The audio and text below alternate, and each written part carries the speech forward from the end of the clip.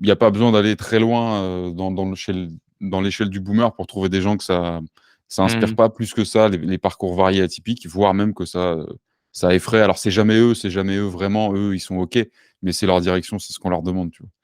Et Ouais, non, mais bien sûr, ouais. mais bon, après, ça progresse doucement, tu vois? Ça avance doucement, mais Ouais, complètement et tu vois, justement, je trouve ça hyper intéressant parce que, toi, tu me parlais que tu avais fait, te tu en parleras mieux que moi, mais que tu avais fait les marchés, que tu avais été dans le cabaret, que tu avais bossé mmh. la nuit, qu'après, tu avais monté des boîtes, que tu étais passé à l'armée.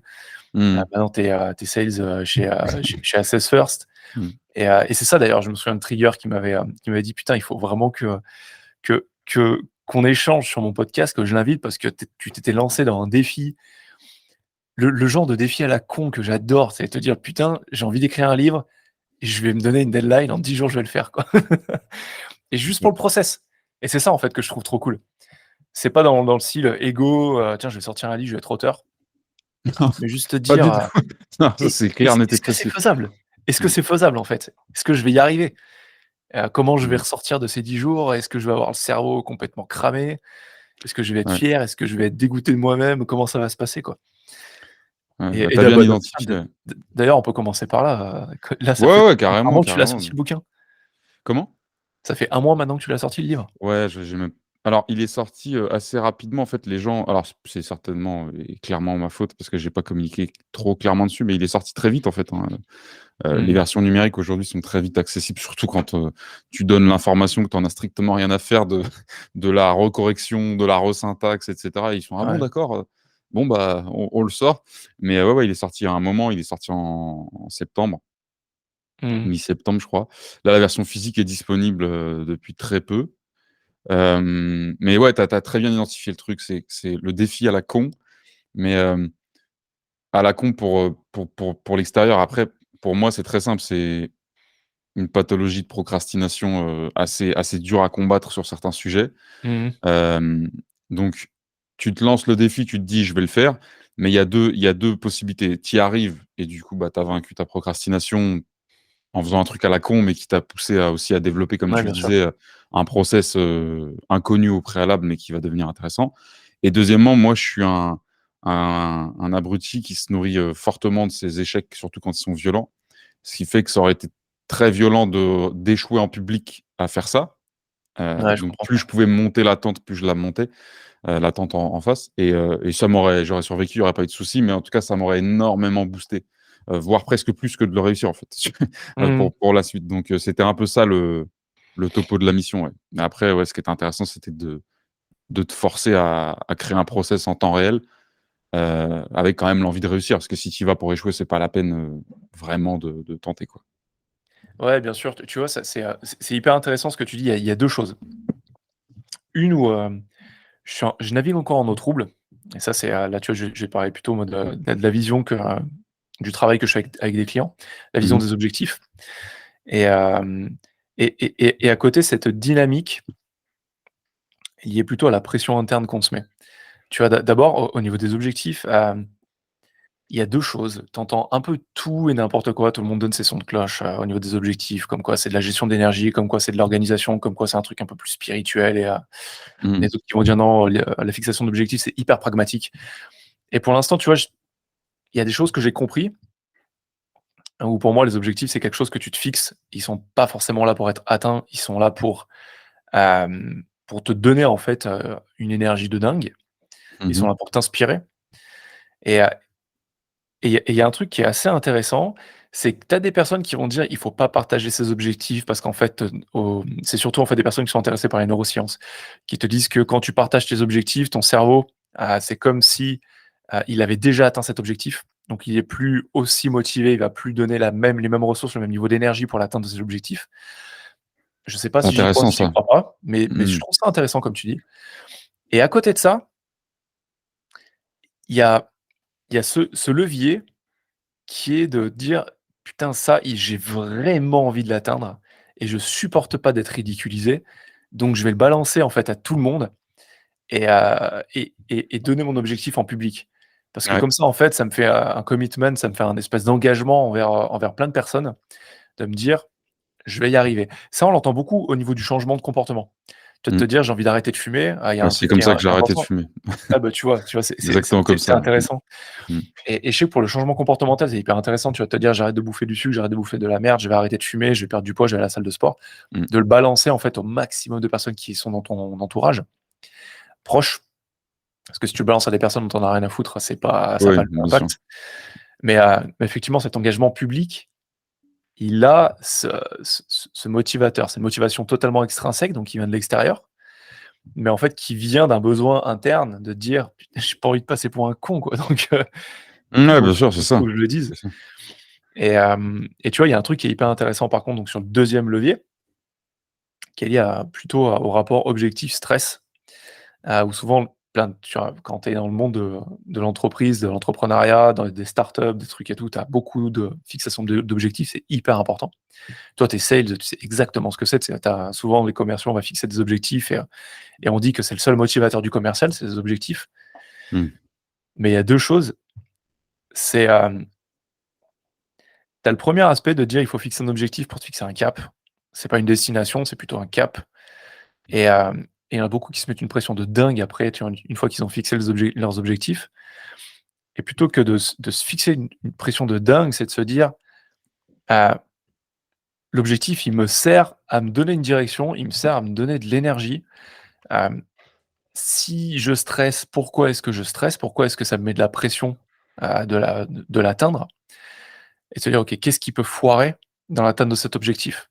Il peut y avoir, A, B, C, D, E. Ce qui est intéressant, Mmh. c'est de les identifier et de se dire: «Le pire cas de figure qui puisse arriver, ça va être ça, ça, ça ou ça». De se rendre compte que le cas de figure où tu foires lamentablement, heu, c'est pas si grave que ça et que là, à l'instant T, le seul truc que tu puisses faire, comme tu le disais, c'est de te donner tous les moyens pour y arriver.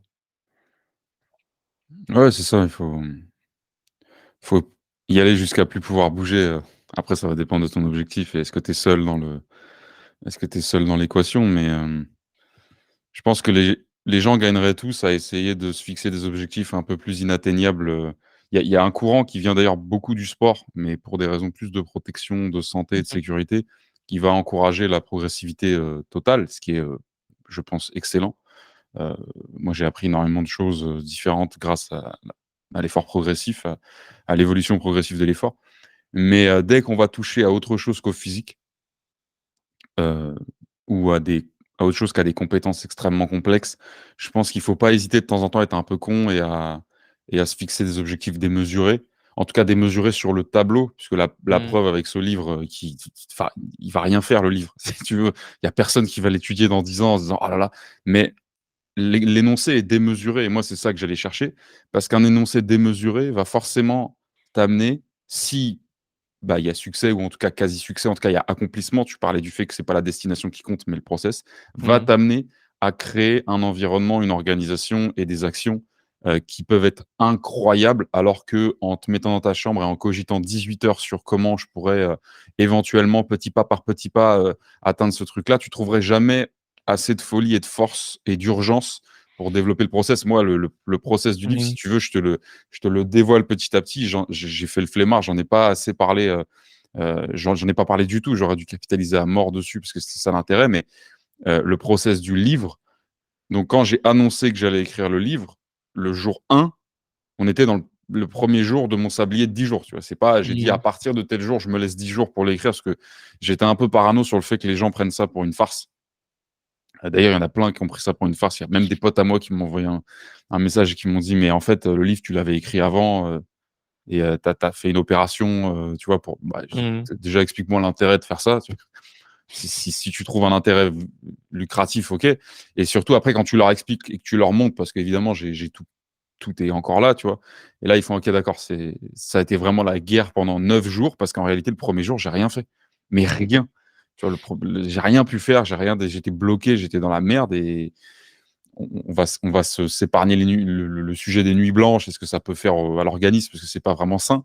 Mais au-delà de ça, tu vois, j'ai dû trouver un moyen de pas écrire.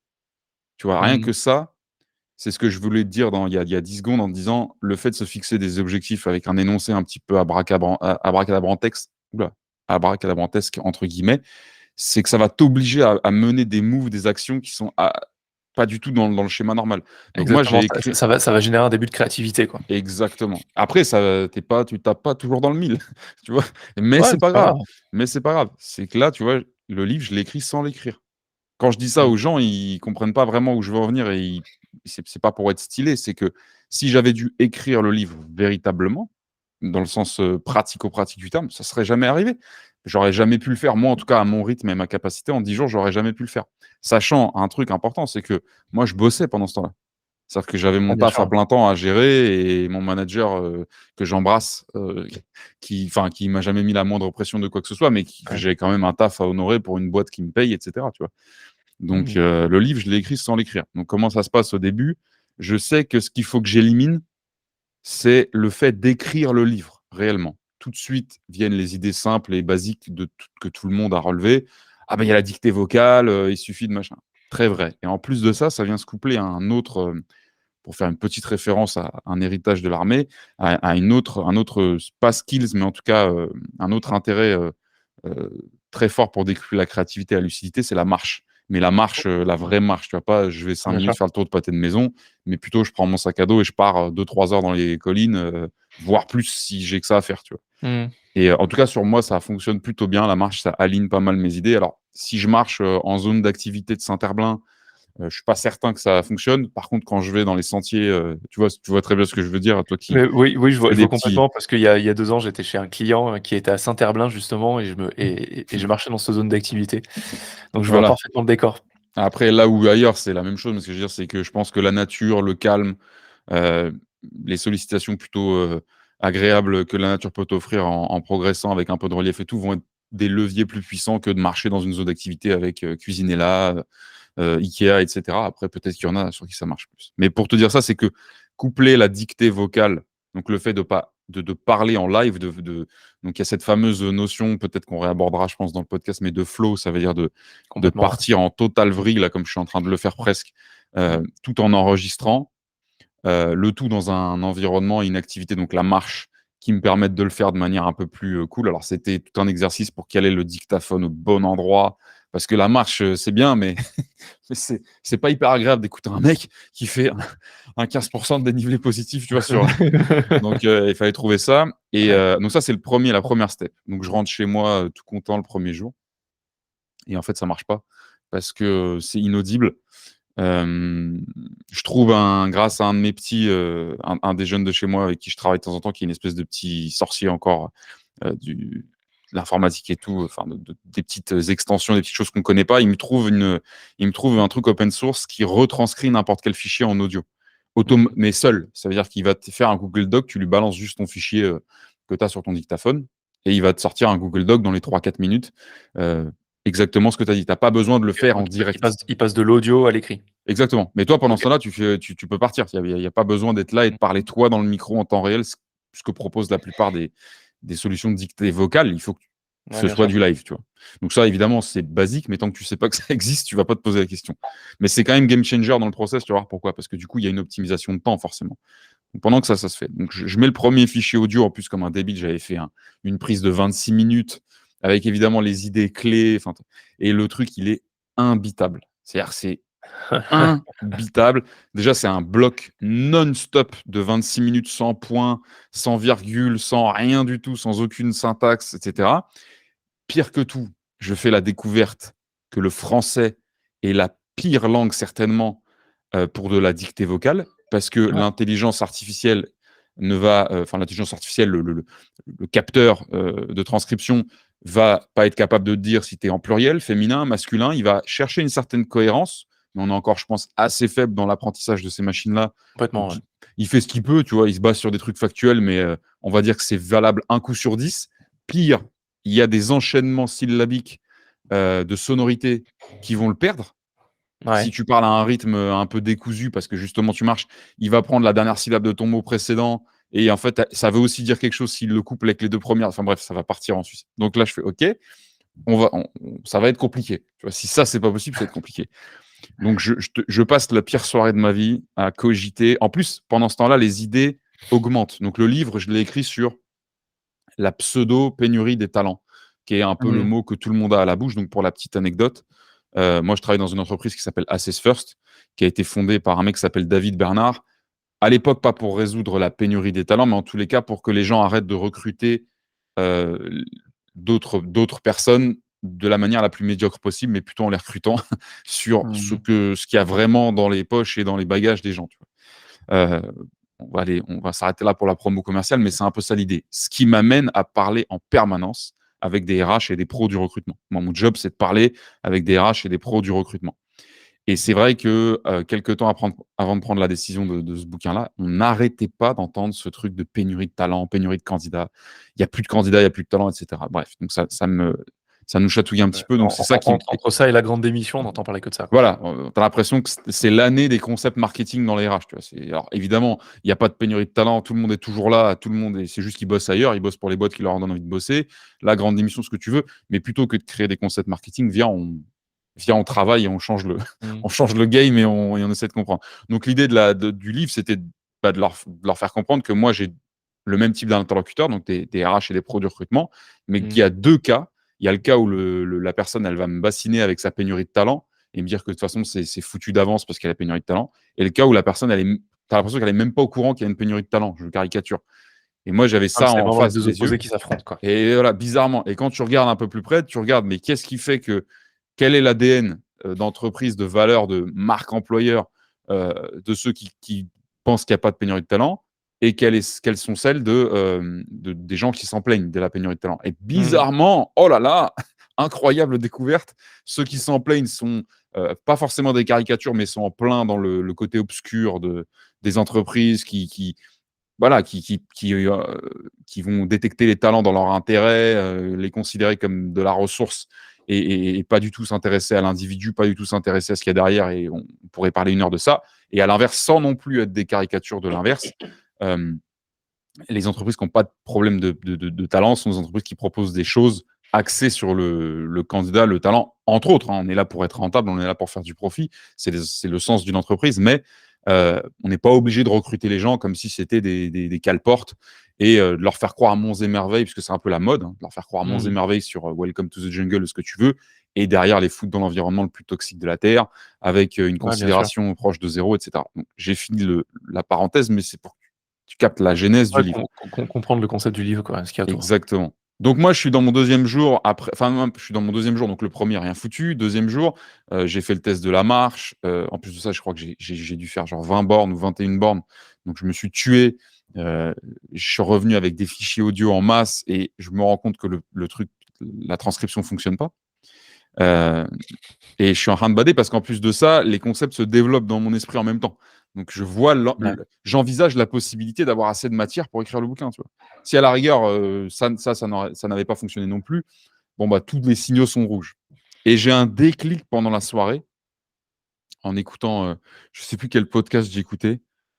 Euh, Ah si, j'écoutais Laurent Deutsch, tu vois, le OK. comédien, mais qui a un super podcast aussi, je crois, sur RTL, je te dis peut-être une bêtise, mais qui vulgarise un peu, qui fait des micro-épisodes sur l'histoire. Moi, j'adore l'histoire, peu importe à quel moment de l'époque. Je t'écoute, hein, j'ai juste Vas-y, vraiment. vas-y. Et du coup, je l'avais dans les oreilles un peu pour me changer les idées. Et à un moment donné, il se met à parler anglais avec un sur-accent français, évidemment. Et là, je déclic. Et, ah oui, non, il se met à parler anglais, puis il fait un commentaire sur la langue anglaise en disant que c'est une langue qui est tellement plus basique que les dérivés latins, le français Ouais, notamment, bien qui est sûr. extrêmement. Et là, je déclic, je dis, mais oui, l'anglais est 100 fois plus basique, sans péjoration aucune, Mmh. que le français. Et surtout pour quelqu'un qui l'écoute. Il y a très peu de chances de se confondre en anglais, puisque le pluriel va être prononcé, le féminin, quand il existe, alors le genre est très, très Ouais, bien peu sûr, c'est marqué beaucoup en plus anglais, mais simple, quoi. on va dire les accords sont prononcés. Tu vois ce que je veux dire? C'est une langue qui est beaucoup plus OK.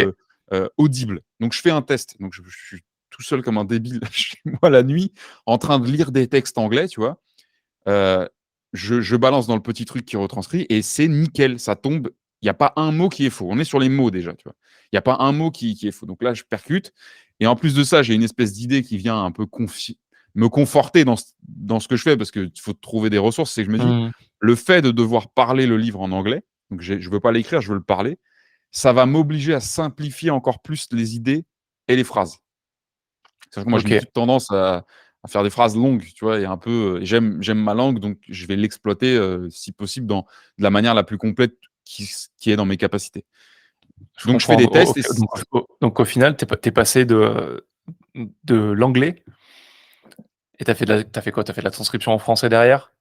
alors, du coup, le lendemain, je repars marcher, beaucoup plus facilement parce que je reprends ce que j'ai fait la veille en anglais et là, je la Mmh. parle en anglais. Sauf que j'ai fait face à un deuxième problème et qui est très dur à résoudre d'ailleurs, c'est la syntaxe. Alors tu peux dire point, tu peux dire point d'interrogation, tu peux dire machin. Il y a très peu d'outils d'ailleurs qui comprennent, retour à la ligne. Je trouve ça assez incroyable que ce soit aussi peu, machin. Mmh. Mais là, j'ai un problème de syntaxe et il se trouve que moi, j'ai une petite capacité, cachée, c'est que je suis un peu un geek d'Excel. J'ai eu dans ma carrière, un petit OK. crochet par une entreprise, hyper cool, à Paris qui s'appelle Biomène. J'avais été recruté donc, juste après l'armée, donc j'embrasse Aurélie la patronne, mais qui m'avait recruté un peu pour être l'homme à tout faire dans la boîte, un peu le couteau suisse et finalement j'ai été très exposé à Excel puisque on vendait des consultants en BI dans les très OK. gros labos pharma. Et Excel, en gros, c'est ton arme de guerre. Et donc, tu es en face de gens qui sont des sorciers vraiment d'Excel, sachant que je sais pas si tu es familier avec ça, mais vu que tu viens de la finance, je pense que tu vois où je veux en venir. Je pratique plus du tout, mais oui, oui, Ouais, voilà. capable de faire Excel, tu peux faire avec des Excel, choses ouais. assez folles avec. Euh, et je pense à ça et je me dis, OK, imaginons que j'arrive à me créer un catalogue de mots que je suis sûr de ne jamais employer dans mon livre pour une raison valable, du type, qu'est-ce que j'avais, attends, je crois que j'avais pas pris pangolin, mais ça, c'est si je le faisais en français, mais un type du genre papillon, enfin butterfly, je sais que je vais pas l'utiliser normalement dans mon livre, pour Mmh. parler du propos. Après, t'es pas à l'abri de te faire piéger, mais donc j'essaye de te bâtir un petit catalogue de mots, de signaux verbaux, que je sais ne jamais utiliser dans mes phrases. Mais je les place volontairement, avec en plus des points, bien placés, dans dans ce que je raconte à mon dictaphone. OK. Et en fait, en balançant la retranscription dans une cellule bien traitée avec, du substitut, de la concaténation, bref, les gourous et les sorciers du Excel comprendront, Mmh. ça remplace en fait ces mots-clés par des actions de syntaxe, donc du double retour à la ligne, de l'espacement. En fait, tu allé super loin dans le process, quoi. Bah complètement. Mais oula, chaque fois que je prenais une décision, 10 minutes avant, je ne savais pas que j'allais le faire. C'était vraiment comment je fais pour pas me manger le mur dans 10 jours. Donc là, on est au deuxième jour. Ouais. Donc Attends, j'arrive. Vas-y, je vas-y. voudrais juste faire une petite interlude parce qu'en fait, il y a un truc qui est hyper intéressant là-dedans. Tu vois, on parlait des objectifs, tu disais on va peut-être Ouais, parler du flow et heu et en fait, c'est ça qui est ultra intéressant dans ce que tu dis. C'est que, effectivement, tu as le process de livre, avec un process totalement alambiqué que tu construis, en live c'est ça. et tu vois, tu mettais en avant le fait que tu as une manière dont on peut se fixer des objectifs, il y en a plusieurs et d'ailleurs elles se Oui. complètent. C'est, de le faire de manière progressive et d'avoir des objectifs, tu dans le genre inatteignable. Et effectivement, tu vois, moi à la base, tu parlais qu'il y a beaucoup de choses qui sont tirées du sport aujourd'hui et c'est vrai que moi à la base, je suis sportif de haut niveau, j'ai toujours fait beaucoup de sport et tout et quand j'étais consultant, en parallèle, je me formais à la préparation mentale et une des Mmh. bases de la préparation mentale, donc c'est vraiment pour les sportifs, mais moi je m'étais dit: «Tiens, je vais le faire pour les mecs qui sont dans l'entreprise et qui sont dans le monde du sport, enfin dans le monde de l'entrepreneuriat parce qu'il y a carrément un truc intéressant à faire» Mmh.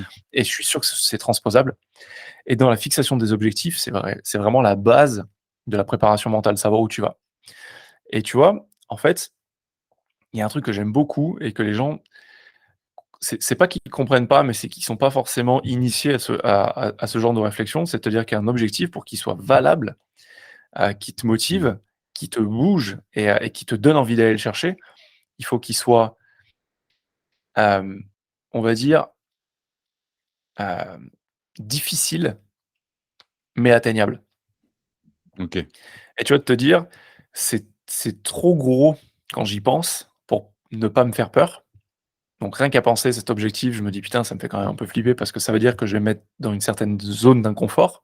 Mmh. Qui va se passer il va forcément se passer des choses qui vont me challenger, mais que quand même, tu vois, tu te dis: il y a un pourcentage de réussite, Possible. d'atteinte de cet objectif qui est possible», tu vois? Mmh. Qui est pas de 2-3 mais qui est quand même, tu te dis: Si je me bouge, je vais y arriver». Ce qui est super intéressant avec ce type d'objectif, c'est souvent quand tu te cantonnes à ça et tu te dis: «Allez go, j'y vais», tu as une phase d'incubation qui te fige. Donc toi, c'est par exemple ton premier jour, tu sais. Te dire: Mmh «Putain, mh. je fais quoi maintenant?» Ouais, c'est ça, c'est le blast Et de hem passer à l'action, quoi. Ouais. et c'est exactement ça et c'est ce qui entraîne la procrastination. C'est que souvent les personnes se fixent des objectifs soit trop ambitieux, soit pas assez ambitieux. Souvent, tu vois, c'est dans les extrêmes qu'on trouve la procrastination. Mmh. C'est soit c'est un truc qui te fait trop flipper, qui est trop gros pour toi et tu vas pas aller le chercher parce que tu dis: «J'y arriverai pas, en tout cas, je sais pas par quoi commencer» et tu as l'opposé, le strict opposé qui est de dire: «Ouais, non, ça je l'ai fait 100 fois, c'est trop facile, je le ferai demain» et le lendemain, tu te dis: «Ouais, je le ferai après-demain». Parce que tu Ouais. es dans les opposés et en fait, ce qui te permet de l'atteindre, c'est de te dire: «OK, bah, une fois que j'ai fait ça», c'est de le prendre de manière très très pragmatique, très stratégique, te dire: «OK, je sais pas par quoi commencer». Mais à un moment, en fait, plutôt que de me dire: «Je vais me cantonner à cet objectif qui me fait quand même flipper et qui a des chances que je n'atteigne pas si je trouve pas les bons leviers, les bonnes choses», il faut que je trouve des paliers et c'est là où souvent les gens bloquent et j'aime bien cette notion de progressivité, pas dans le sens de se dire: «OK, il faut que j'analyse toutes les étapes qui vont me permettre d'arriver jusqu'à cet objectif». Il y en a qui fonctionnent comme ça, je l'ai fait, ça marche pas, ça dépend des objectifs Mmh mh. et souvent, tu vois, le raisonnement par lequel je fais passer mes clients, c'est de se dire: «OK, maintenant que j'ai décidé ça, quelle est la plus petite action et la plus simple par laquelle je puisse commencer?» Et en fait, tu te focalises que là-dessus.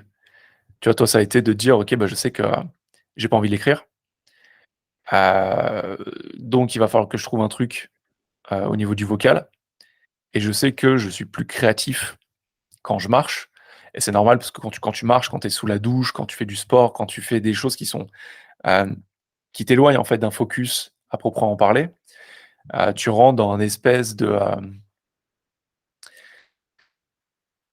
mode qu'on appelle l'hypofrontalité transitoire, où en fait, tu as ton cortex préfrontal qui s'éteint, qui se réduit et ce cortex préfrontal, c'est notamment le siège de la réflexion, de l'analyse, de la pensée critique Mmh. et quand tu réduis la voilure à ce niveau, bah, tu as toutes les autres parties de ton cerveau, plus inconscientes, qui commencent à se connecter de manière naturelle. C'est pour ça que souvent, on a de meilleures idées en marchant, sous la douche, en faisant du sport Mmh mh. et cette notion de flow est hyper intéressante parce qu'en fait, une fois que tu rentres là-dedans, tu laisses la place à la créativité. Ouais, c'est ça.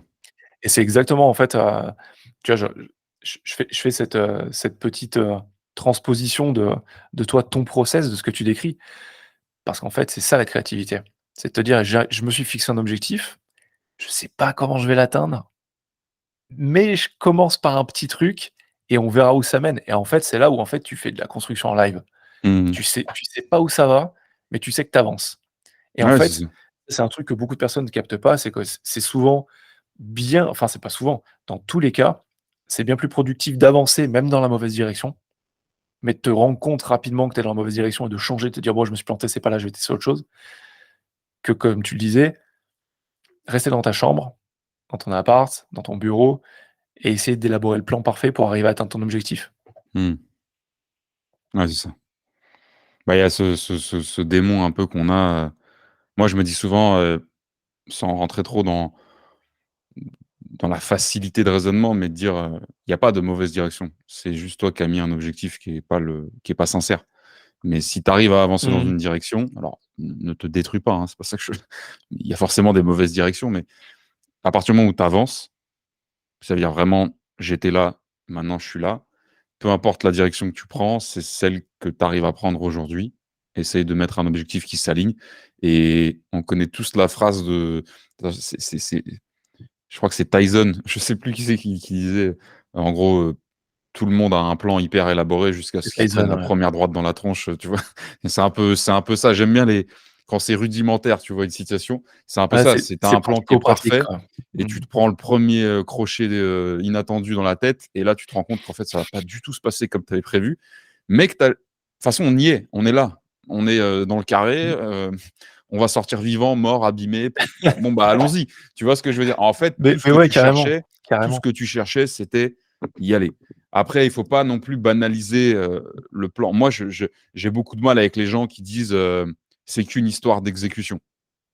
En tout cas, J'en j'ai suis du mal avec les gens qui entièrement d'accord. interprètent mal le «c'est qu'une histoire d'exécution». Oui, c'est une histoire d'exécution, mais on ne peut pas exécuter du vide Ouais, et ça, c'est hyper l'idée important. Voilà, c'est un truc d'ailleurs, moi, c'est fondamental chez moi. C'est-à-dire que c'est pour ça que j'ai un peu mal sur LinkedIn, récemment, c'est que je suis hyper heureux de voir que l'exécution, monte de plus en plus haut, sur le piédestal. Alors, pour moi, on est vachement dans la théorie, mais c'est bien que ça donne des idées aux générations arrivantes et qu'ils comprennent Mmh. que, bah, à un moment donné, il faut juste agir parce que c'est vrai on peut, avoir des héritages auparavant qui sont beaucoup trop basés sur la conceptualisation, la théorisation, la procrastination et le non-mouvement. Mais surtout, le piège, tu sais, c'est un peu comme quand tu vends une pilule qui va te faire maigrir sans faire de sport. OK, l'exécution, c'est la clé, mais tu ne peux pas exécuter du vide. Donc, à un Mmh. moment donné, même si tu prends l'idée la plus éclatée au sous-sol que tu trouves, prends-la, mais prends une idée, prends quelque chose.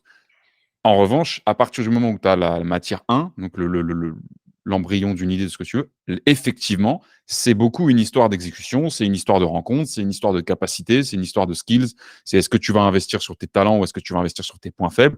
OK, mais l'exécution sans l'idée n'existe pas. Et Ouais, ça, parce on que le passe pas assez, ce message-là, je pense. mais complètement, l'idée, c'est le point de départ et tu vois, c'est marrant parce que j'en parlais hier soir avec ma femme, on avait une discussion sur plein de choses parce que, là, je sors d'une période, intense en termes de réflexion. Je lui ai dit: «Putain, c'est hyper bizarre le mois que je viens de passer» parce que, normalement, je suis quelqu'un de, enfin, c'est même pas je suis quelqu'un de 3 petits points, c'est que le fondement de mon métier, c'est et la manière dont j'interagis avec mes clients, c'est pour leur apprendre à mieux maîtriser leur mental, mieux Ouais. maîtriser leurs émotions, mieux maîtriser leur stress et arriver, tu vois, à pas se faire dépasser. Et là, j'ai passé un mois, je disais à ma femme: «Je sais pas ce qui se passe. Je suis en roue libre mentale, je n'arrive pas à m'arrêter de penser, j'endors pas la nuit, chose qui me caractérise pas». Et j'ai dit: «Putain, normalement, j'ai plein de techniques, plein d'astuces qui fonctionnent et là, je n'y arrive pas, je sais pas ce qui se passe». Et en fait, on avait tout ce truc où on a discuté et et je lui disais: «Tu sais, quand j'ai commencé ma carrière dans la banque privée, dans l'univers banque, Mmh. finance, heu, alors sans me jeter des fleurs, mais il y en a plein qui me disaient: "Mais putain, tu changes de taf tous les 18 mois, chaque fois tu passes au cran au-dessus ou au cran, à 2 crans au-dessus". Moi, franchement, je forçais pas trop, j'avais pas l'impression de me tuer au boulot, j'étais ambitieux, c'est clair. Ça, c'est une autre partie de ma vie, une autre histoire, mais où j'avais un ego vraiment, vraiment très appuyé. Mais tout me réussissait, sans être dans la success story, mais tu vois, les choses se faisaient naturellement. Je forçais pas, pour augmenter mon niveau de jeu, mais j'ai l'impression que voilà, en 10 ans, j'étais passé à la direction d'une banque privée. J'étais content, tout se passait bien et pour moi, tout était facile. Mais dans ma tête, je me suis toujours dit: «Je veux montrer une boîte» et Mmh. pendant 10 ans, je me dis: «Il faut que j'ai la super idée», tu vois, comme tout le monde. Jusqu'au jour où je me suis rendu compte qu'en fait, bah, c'est pas une super idée qu'il faut avoir, c'est une idée sur laquelle commencer, une idée qui te fait vibrer quand même, où tu te dis: «Putain, ouais, non, ça j'aimerais bien le faire». Moi, à l'époque, c'était le conseil en expérience client et hem et je me dis: «Mais go, allez, c'est bon, on y va, quoi». Et là, j'ai trouvé une boîte de prestat pour laquelle bosser parce que en fait, mon réseau a fait que je me suis retrouvé dans la même pièce, qu'un mec qui avait une des plus grosses boîtes de consulting en expérience client au monde, Mmh. dans le luxe. Que ça a matché, qui m'a fourni des missions et une nouvelle fois, je me dis: «Putain, l'entrepreneuriat, c'est cool, je suis indépendant, je voyage, je me fais des super missions dans des super noms et tout, c'est trop cool». Puis un jour, cette boîte a fait faillite. Mmh. Je me suis retrouvé avec 40 000 balles d'impayés et là, tu as la première tarte dans la gueule, tu sais? Et pour reprendre ce que tu disais, le dicton de Mike Tyson, moi, j'avais un plan de me dire: «OK, tu sais quoi? Surfe sur la vague, prends le Mmh. cash et petit à petit, tu vas sortir de cette idée qu'on Ouais. te dit de ne surtout pas suivre, dans tes études, qu'il faut jamais être, tributaire d'un seul fournisseur». Et et je me dis: «Voilà, tu as le temps, petit à petit, ta petite fille, elle vient de naître, tu prends les bases, tu mets du cash de côté, tu commences à prospecter et tout». Et en fait, ça te tombe sur le coin de la gueule. Et là, le plan, en fait, il tombe à l'eau et tu te dis: «OK, la réalité, c'est que j'ai la moitié de mon chiffre d'affaires de l'année qui ne me sera pas payé. Qu'est-ce que je mets en place pour y arriver?» Et là, en fait, je suis passé du jour au lendemain en mode, je sors sur la vague, en mode beaucoup plus terre à terre, construction. Qu'est-ce que je mets en place? Et là, en fait, ça a été tarte sur la gueule, sur tarte sur la gueule, sur tarte sur la gueule pendant 2 ans, quoi. Et tu te rends compte que la réalité, effectivement, elle est dure. Mais comme tu le dis, en fait, tu es dedans, tu es déjà dedans. Donc vu que tu es dedans, bah, tu as plus qu'à construire, quoi. Au début, Mmh. tu bricoles avec un bout de bois et une allumette, un peu de ficelle, puis tu arrives à construire un truc un peu plus solide et puis Et puis en fait, tu testes, tu testes, tu testes, tu testes et tu te prends des tartes et tu te relèves et tu avances. Et ça, c'est un truc qui est largement sous-estimé sur l'atteinte des objectifs. C'est de se mettre dans l'environnement sans forcément, tu vois, rentrer dans la théorie de, tu brûles les ponts et tu brûles les bateaux, tu brûles les Mmh. navires, et comme ça, tu es obligé, tu te laisses plus le choix que de réussir. Tu vois, j'ai fait un podcast la semaine dernière justement sur la zone de confort. On est dans cette idée où il faut toujours sortir de sa zone de confort. Je trouve que c'est un truc qui est vachement à la mode, un peu comme, tu vois, il y a que l'exécution qui compte. C'est des trucs qui sont très très binaires, où il y a Mmh. pas de place à la nuance. Je trouve que c'est un truc qui me frustre énormément sur LinkedIn aujourd'hui, c'est que j'ai l'impression qu'il y a pas de place à la nuance. Et la zone de confort, effectivement, c'est important d'en sortir de temps en temps, mais tu es pas obligé de tout cramer dans tous les pans de ta vie en même temps. La zone de confort, c'est un super endroit où tu te sens en sécurité pour construire des choses. Et il y a certains pans de ta vie où tu dois l'étendre, mais il y a certains pans de ta vie où tu dois y rester. Et tu vois, un truc que les gens oublient, quand tu es dans l'entrepreneuriat, quand tu crées ta boîte, quand tu es indépendant, tu dois capitaliser sur des forces que tu as, dans un premier temps, pour construire quelque chose. Et et ces forces, c'est une zone de confort. Il faut d'abord que tu construises là-dessus et puis tu vas te rendre compte que tu es nul dans certains trucs. Moi, tu vois, c'est marrant parce que je parle avec un sales. Moi, mon point faible, c'était la vente, Mmh. où j'ai toujours été très bon pour vendre quelque chose, quand j'étais en marketing communication dans la banque parce que je vendais un produit, un service qui n'était pas le mien.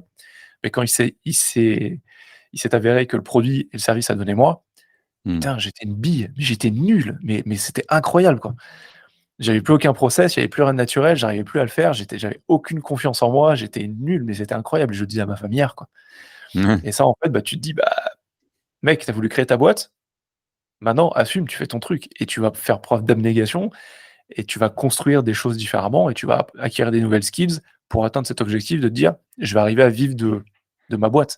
Que Mmh. ce soit développer un truc ou que je reste en freelance, en solopreneur, en indep, comme tu veux, mais trouve un moyen, quoi. Et c'est là Ouais. où tu es créatif. Tu testes, tu te plantes, mais tu fais preuve de créativité, quoi. La créativité, elle s'épanouit, tu vois, dans ce mix entre confort, inconfort, sécurité, insécurité et besoin. De dire à un moment: «Je suis dedans, je suis dans l'œil du cyclone, à un moment, faut y aller, quoi». Mmh. Ouais, c'est clair. Après ça m'inspire, beaucoup de choses, ce que tu viens de dire et la première chose que j'ai envie de dire, je sais pas pourquoi ça me c'est que, j'entends souvent quand je parle avec mes proches ou avec des gens que je rencontre, hier, j'ai eu une discussion avec mon mari, avec ma femme, peu importe et s'il y a bien un truc que je veux partager aux ça veut rien dire aux jeunes générations, mais ces conversations-là, c'est les plus incroyables, je pense, que vous pourrez avoir dans votre vie. C'est juste que vous le saurez qu'à la fin. J'ai cette intuition. Moi, les Mmh. conversations que j'ai avec ma femme, c'est les conversations où je parle le plus en flow parce qu'elle est tellement consciente déjà de l'intérêt que ça a pour moi. Elle est tellement, bienveillante et à l'écoute sans pour autant être juste quelqu'un qui me tend le crachoir, tu vois? Mmh. Et je me fais la réflexion parce qu'il y a toujours cette phrase qui tombe quand j'ai un échange avec quelqu'un. Ouais, hier ou avant-hier, j'en parlais avec mon mari, avec ma femme et cetera. Mais tu as Donc entièrement raison. c'est juste pour faire une parenthèse là-dessus, mais chérissez ces conversations-là. Alors je vous dis pas de prendre des rendez-vous dans vos agendas Google avec avec vos compagnons ou vos compagnes, mais on sous-cote, on est là, enfin moi j'en reçois peu par rapport aux influenceurs en place, mais j'ai souvent des gens qui veulent me caler 30 minutes, 1 heure dans mon agenda pour parler. J'ai rien contre, parler, j'ai quand il y a un vecteur en dessous, ça me convient plus. Mais, parler avec les gens que vous connaissez déjà, en fait, il y a moyen que ça paye et surtout sous-estimez pas les gens, je pense, ont besoin de se dire: «Il faut que je parle à Bill Gates pour avoir une conversation intéressante». Si mon objectif, c'est, l'informatique, il faut que je parle à Warren Buffett si je suis dans la finance. Non, en fait, parle avec ta femme, parle avec ton voisin, parle avec n'importe qui. Par contre, Parle, active ton parle, flair, juste parle, si tu vois que quoi. Mmh. tu t'entames dans une conversation qui va t'amener nulle part, c'est pas grave. C'est la vie, c'est très bien. Mais, voilà, c'était juste une petite parenthèse parce que j'adore le fait que ce soit un point commun avec quasiment tous mes interlocuteurs. Alors évidemment, ça veut dire avoir une compagne ou un compagnon, hein, c'est pas le cas de Mmh. tout le monde, c'est pas non plus l'ambition de vie de tout le monde, mais c'est quand même flagrant à chaque fois qu'on a un vrai partenaire de vie. Tu vois, moi, ma femme, c'est vraiment mon binôme. Tu sais, dans l'armée, on dit les binômes. Le binôme, Mmh. c'est ton assurance vie sur le terrain, tu vois? Ma femme, c'est mon assurance vie sur le terrain la pauvre, des fois, je l'emmène dans des torrents de flots interminable où où elle a souvent du mal, à en sortir, mais elle sait que c'est important et bref, donc voilà la petite parenthèse. Puis ce que tu disais là, pour rebondir juste sur ce que tu disais à la fin, euh, sur le fait d'être dans le dur. Euh, Moi, j'ai une théorie. Je ne suis pas certain qu'elle vaille grand-chose, mais c'est ma théorie. Je pense que si tu veux atteindre quelque chose de manière sûre, et pourtant c'est basique hein, ce que je vais te dire, il faut d'abord l'atteindre et le perdre et le reconquérir derrière. Ça, Ah, je l'ai fait avec peu c'est d'éléments. intéressant. Tu peux m'en dire un peu plus Je, sur le raisonnement qu'il y a derrière? ouais, je l'ai appris malgré moi.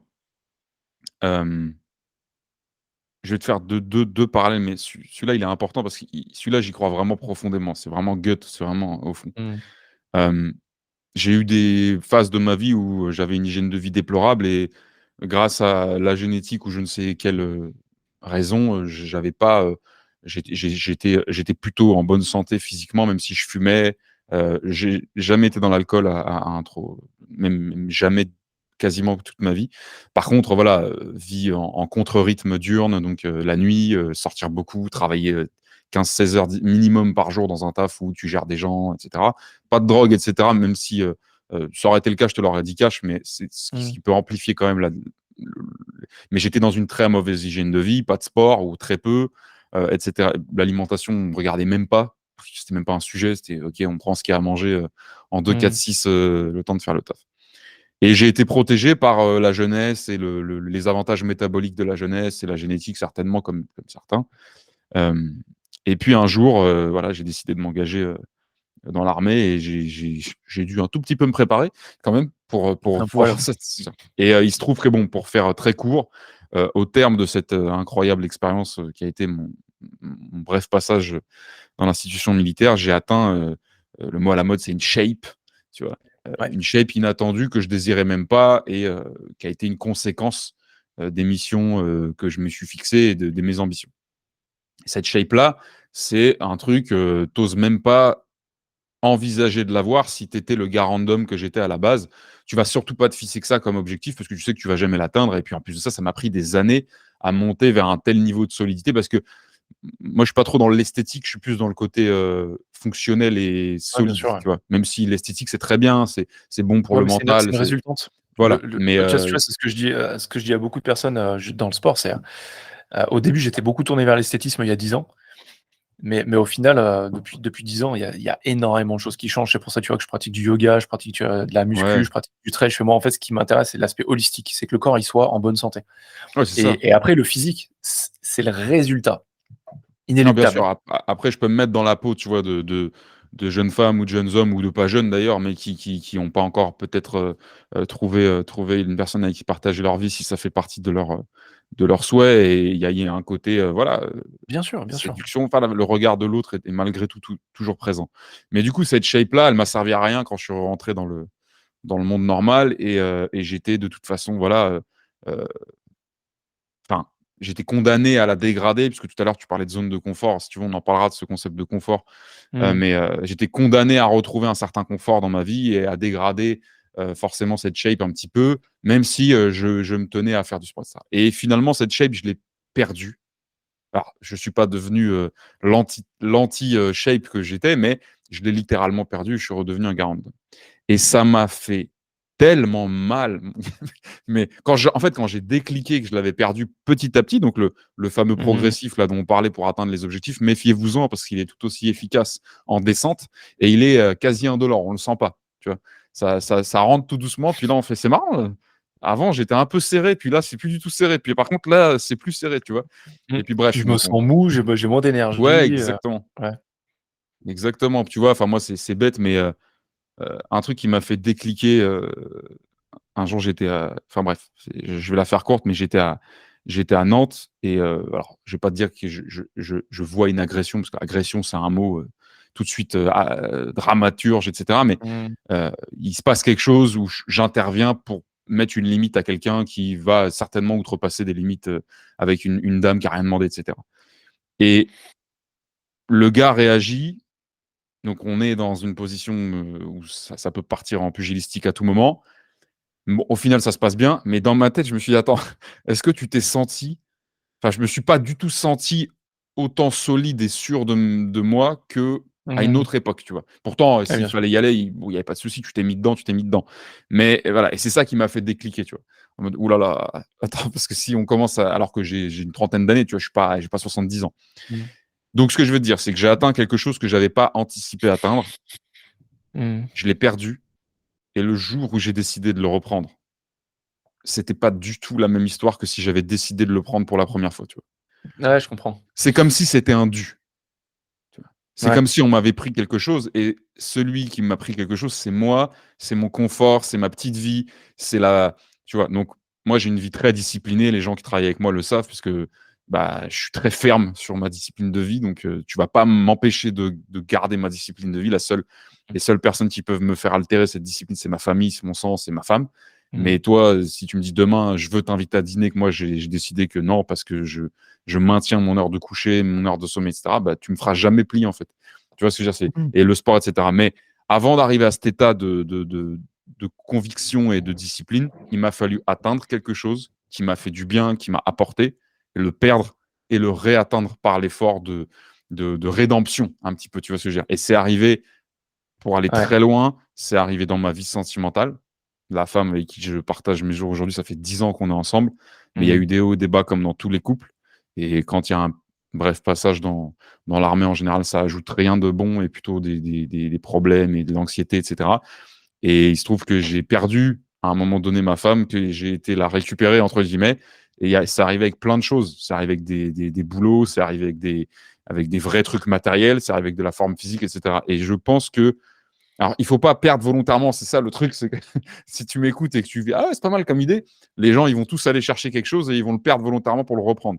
Mais, tu sais, c'est basique, c'est un peu comme cette chanson-là qui nous fumait le cerveau à la radio, qui passait toutes les 3 secondes, où le mec, il disait, «C'est que quand il pleut que tu sais que le soleil te manque, c'est que quand elle est partie que tu sais que tu l'aimais». Là, c'est Mmh. en anglais, mais, Ouais, c'était une petite mais je mélodie vois. insupportable. Enfin, c'était mignon comme chanson jusqu'à ce qu'elle passe trop à la radio. Mais c'est exactement ça. C'est une fois que tu as plu que tu savais que c'était ça qu'il te fallait. Donc, ça, c'était Mmh. le premier truc sur lequel je voulais rebondir quand tu disais dans le dur. Et une autre chose, les gens, ils ont tendance à fantasmer sur le côté je suis dans le dur, je suis dans la lutte. Comme tu le disais, bah, j'ai pris ma première grosse patate qui n'était pas prévue dans le plan. Je suis dans le chaos et j'essaye de me stabiliser.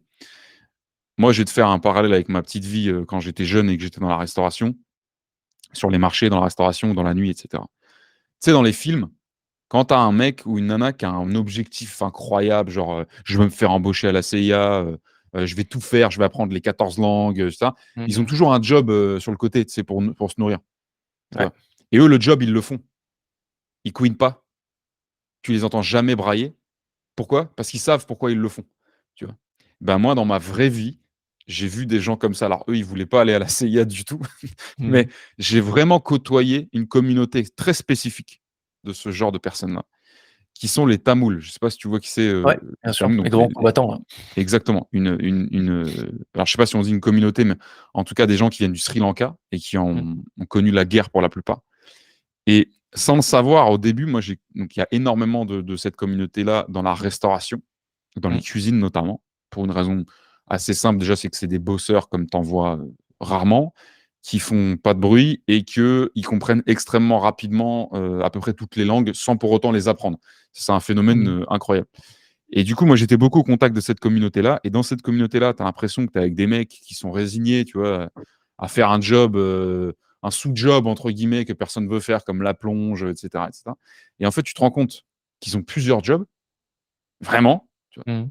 Des fois, presque illégalement, c'est-à-dire qu'ils ont vraiment plusieurs CDI dans plusieurs endroits parce que ça et qu'en fait, ils ont un projet, mais de malade derrière, alors qui a rien à voir avec un projet entrepreneurial de la Silicon Valley, mais qu'en fait, les gars, ils ont subi la guerre, ils ont fait la guerre, tu vois? Mmh. Ils ont perdu une partie de leur famille, X ou Y. Ils ont traversé le monde pour arriver en Europe, en Occident d'abord, en Europe et puis, dans un Mmh. pays favorable, alors souvent c'est la France, l'Allemagne, le UK. Hem, Ils ont pris tous les tafs qu'ils ont pu trouver et ils sont en train d'investir au pays ou de construire une maison, dans une petite province d'Île-de-France qui leur convient. En fait, ils ont des projets, mais hyper cadrés. Ils ont toujours des familles, qui dépendent d'eux, et cetera et tu les entends jamais parce que ils sont dans leur mission. Sauf que eux, quand tu les rencontres, ils sont dans le dur. Tu vois. Ils sont pas arrivés. Pour toi, tu pourrais te dire oui, mais ils ont connu la guerre, donc c'était dur avant. Oui, c'était dur avant, évidemment. On va pas se dire que le quotidien en conflit armé, c'est agréable.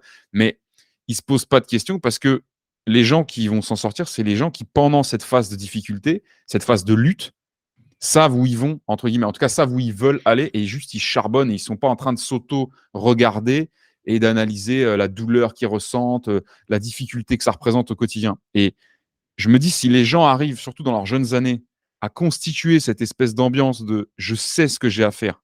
Tu vas dans n'importe quel McDo de France, il y a des mômes qui sont là, qui sont des futurs, alors je ne dis pas que c'est bien ou mal, mais qui sont des futurs docteurs en, en philosophie, en neuro, je ne sais pas quoi, et puis qui sont peut-être aussi des coachs sportifs, et ce n'est pas le problème de jusqu'où ils vont aller. Mais c'est que là, toi, quand tu les rencontres, tu vois des mecs qui traînent les savates en arrière-cuisine d'un McDo. Tu vois.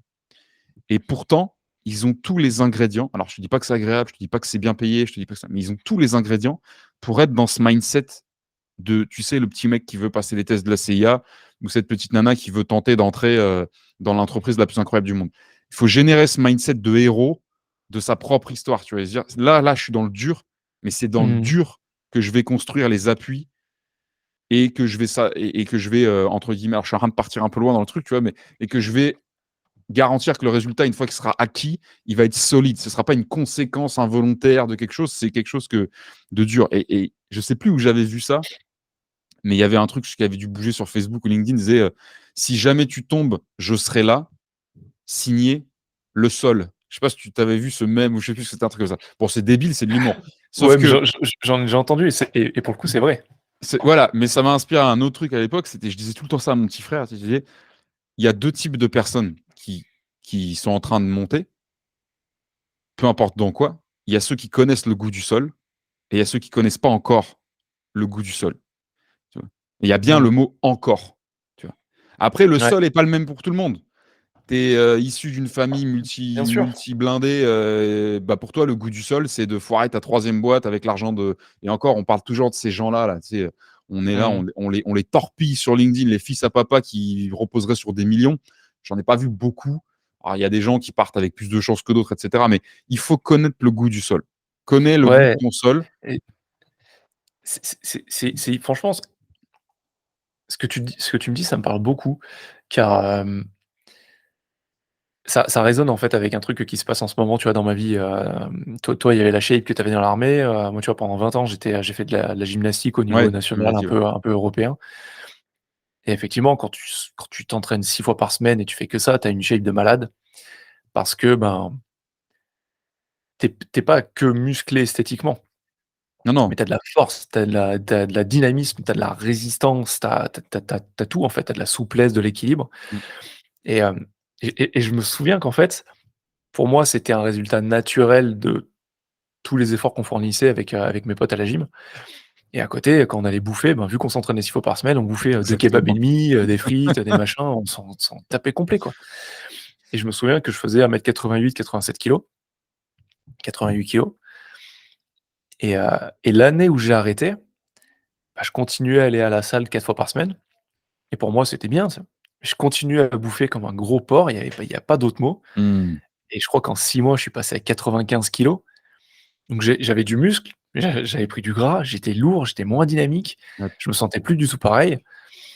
Et donc après, je me suis remis au cross-training parce que ça me rappelait en fait les entraînements qu'on faisait déjà à la gymnastique, à te cramer la gueule en un quart d'heure avant l'entraînement et après l'entraînement. Et j'ai toujours eu, tu vois, ce corps affûté, dessiné. Pour moi, c'était hyper important. Parce que j'avais commencé à partir sur cette pente glissante en me disant: «Non, putain, en fait, il faut que je continue». Puis les années ont passé, je suis devenu papa, j'ai créé ma boîte. Puis là, tu te rends compte que tu as ta boîte que tu as envie de développer. Tu as tes valeurs personnelles qui font que moi, je voulais pas être dans le modèle de mes parents, donc à tout le temps bosser et pas être présent pour les enfants. Et je me dis: «Moi, je serai toujours présent pour ma famille». Donc à un moment, j'ai «sacrifié le sport» entre guillemets. Pour moi, sacrifier le sport, ça voulait dire faire que du sport 3 fois par semaine. Mais... Et pour moi, c'est un énorme sacrifice. Tout le monde me disait: «Mais attends, ouais. tu fais du sport 3 fois par semaine». Je dis: «Ouais, mais avant, j'en faisais 7 fois par semaine, des fois 2 fois par jour». Et ça fait partie de ma vie, quoi. Et donc tu sacrifies ça. À ce moment-là, il y a franchement, en 6 mois, tout s'est pété la gueule. Mmh. Heu, j'ai perdu du poids, heu, j'avais une sale gueule, je dormais mal, j'étais de mauvaise humeur, je me reconnaissais plus, quoi. Et c'est là où, en fait, quand tu partageais cette idée de: «Il faut que tu aies quelque chose et que tu le perdes pour te rendre compte de sa valeur», hem, moi, c'est exactement ce moment-là. C'est de se dire: «Mais» je me suis regardé dans le miroir, je me suis vu, je me suis dit: «Oh, mais mec, mais qu'est-ce que tu es devenu? Mmh. Tu es tout maigre, tu es gras, tu es fatigué, regarde, tu as une gueule, on dirait tu as pas dormi depuis 6 mois, là». Et j'étais: «Mais c'est quoi ce truc, quoi?» C'est ça, puis Et c'est la notion de l'acquis, qui est d'une dangerosité, fatale, quoi. exactement, Et c'est exactement. comme si tu poses la question à n'importe qui, bon là je vais aller loin, mais c'est pour, vraiment simplifier la compréhension du concept. C'est on a bon, peu importe, qui, quoi, quand, comment, mais on a, je pense, tous perdu quelqu'un. Quand je dis perdu, c'est mort. Mmh, Quels efforts, à l'instant où tu as appris la nouvelle, tu aurais été capable d'accomplir, enfin de développer, quelle quantité d'actions, insoupçonnées tu aurais été capable de développer si on t'avait laissé une seule chance de changer la donne et de faire vivre la personne plus longtemps? Enfin, la question elle est évidente. C'est-à-dire que pour la plupart des gens, perdre quelqu'un, quelque chose, c'est un drame, sauf s'il y a pas de fatalité. Mais on va parfois se placer nous-mêmes une fatalité en se disant: «De toute façon, la montagne, elle est tellement» alors malheureusement, tu perds ton papa, tu perds ta maman, tu perds, mmh, X personnes ou bon, bah, là, la fatalité, elle est assez, pour l'instant, en tout cas, au niveau de l'avancée de la science, on est quand même assez relativement sûr que c'est fatal, tu vois? Par contre et définitif, par contre, perdre une partie de toi-même parce que tu perds ta moitié, qui te quitte ou que tu quittes, perdre, un job sans l'avoir prévu, perdre ta shape, perdre un ami.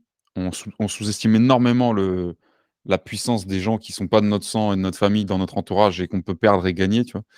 Enfin, mmh, gagner, c'est un mauvais mot, mais tu vois ce que je veux dire? Bah, c'est pas fatal, en fait, c'est jamais fatal, c'est jamais définitif et là où on a été mauvais, ça a été de plus on les a pris pour acquis, de quoi qu'on parle, hein, plus ça fait mal quand on le perd. bien sûr.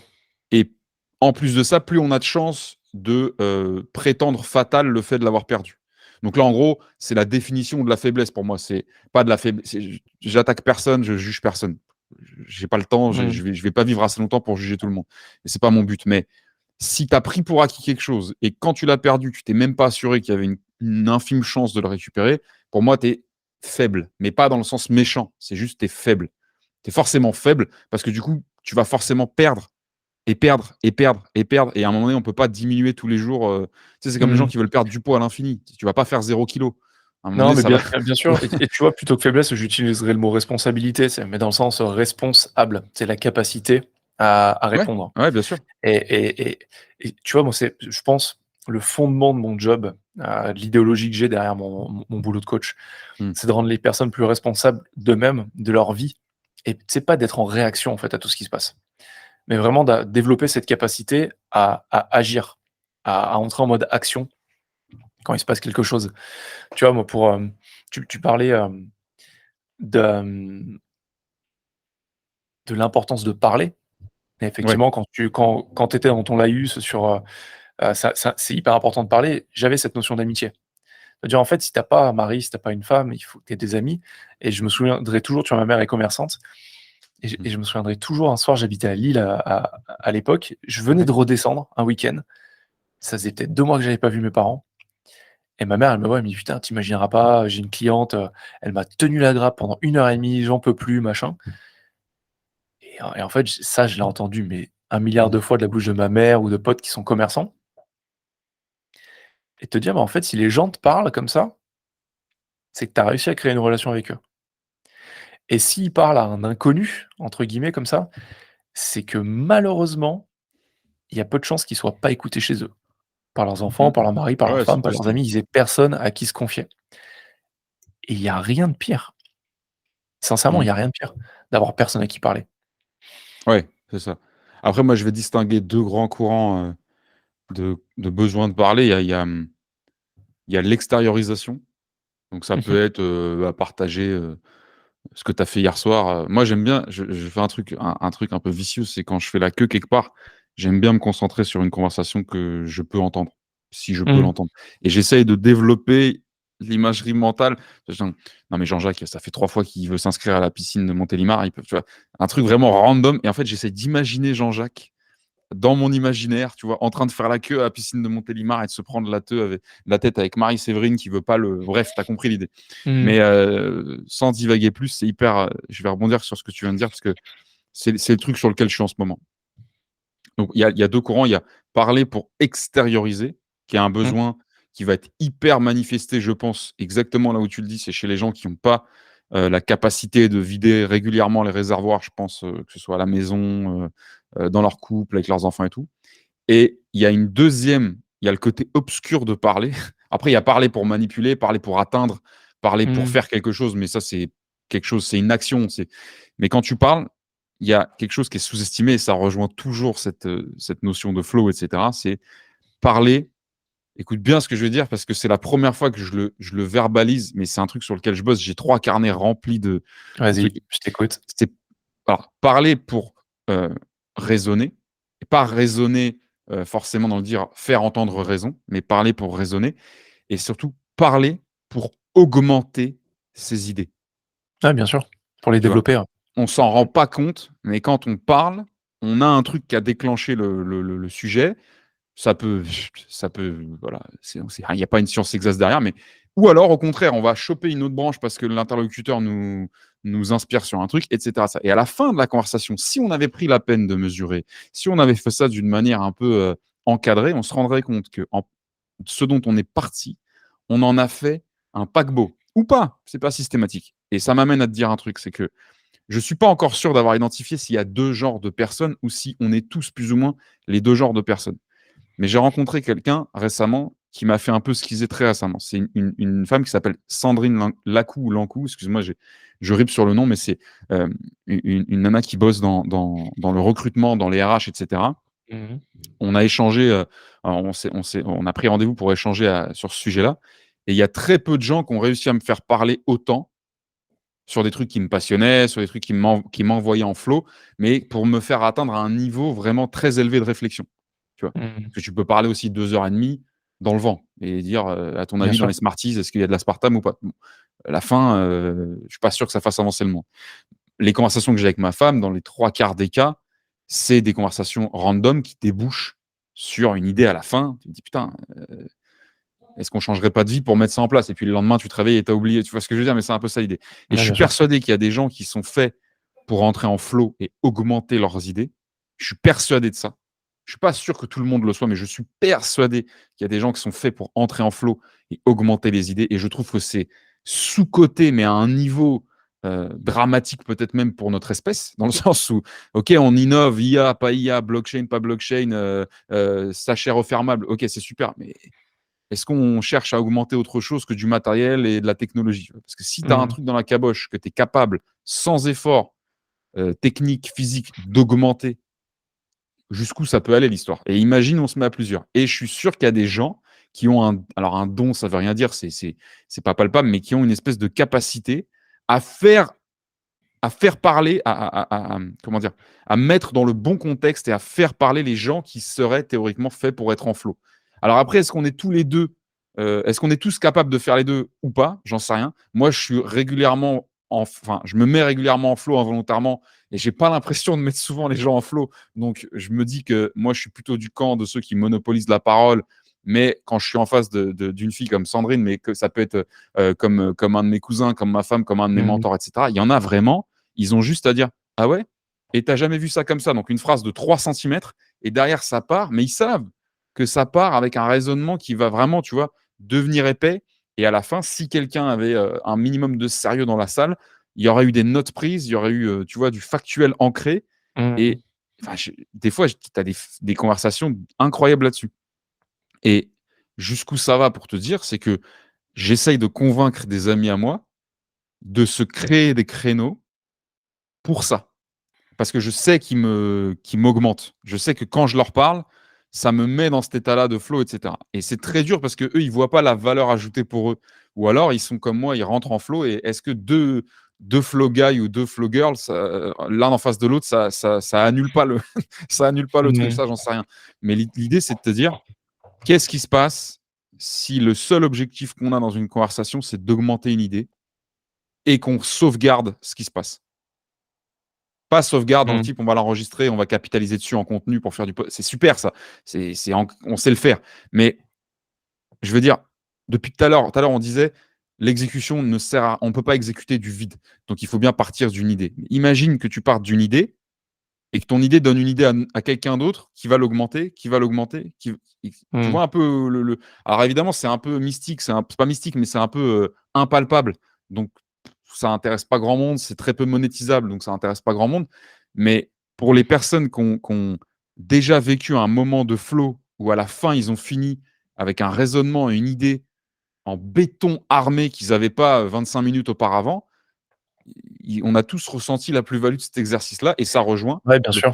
pourquoi je suis parti marcher et Mmh. parler le livre. C'est parce que j'atteins à peu près ce même niveau de liberté d'expression qui est impossible pour moi, dans mes capacités, à atteindre devant une feuille avec un stylo. Impossible.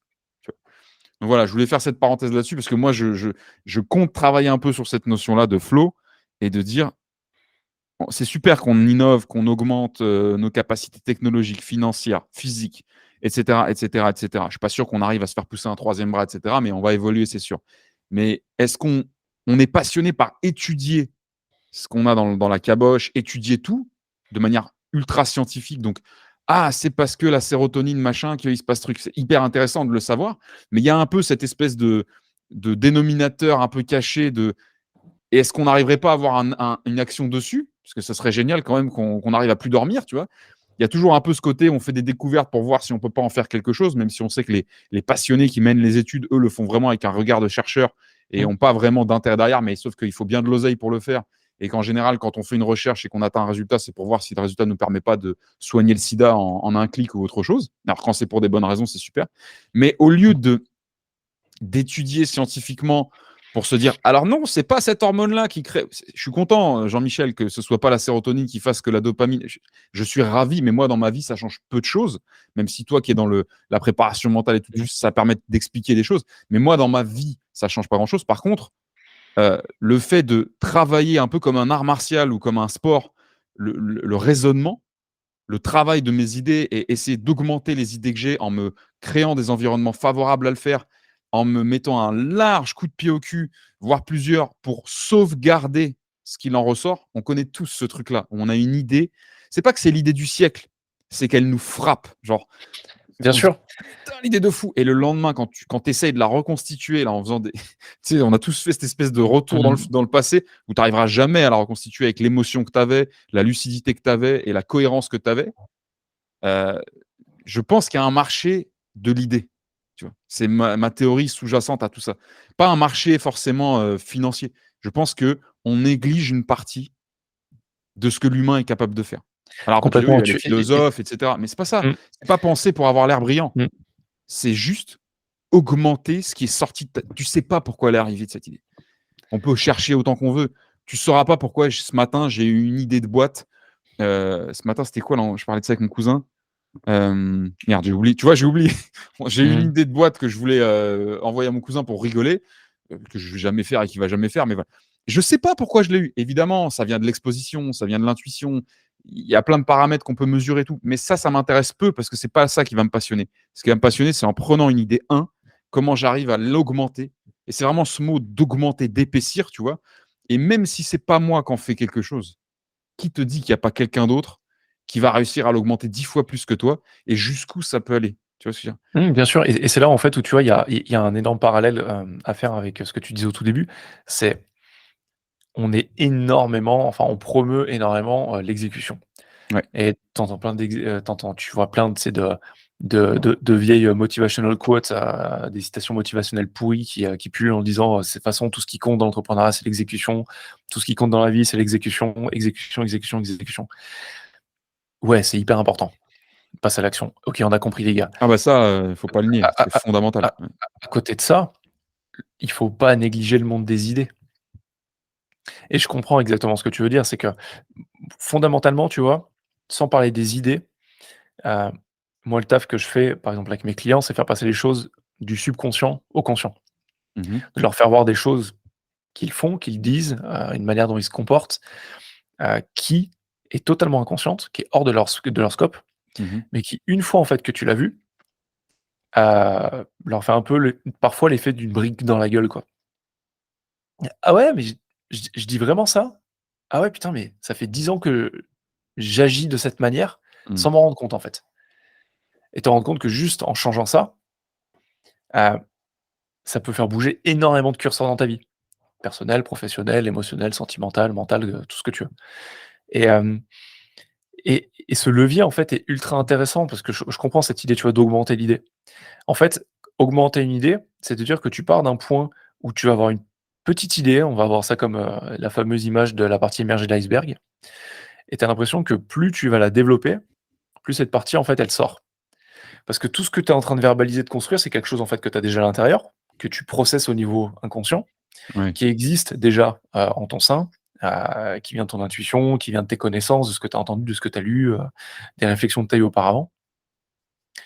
Et l'idée finale, en fait, c'est un peu comme un petit grain de sable, hem, que, tu ou plutôt comme une tu sais, un petit flocon de neige que tu lances et qui va faire une petite boule qui va grossir, grossir, grossir, grossir.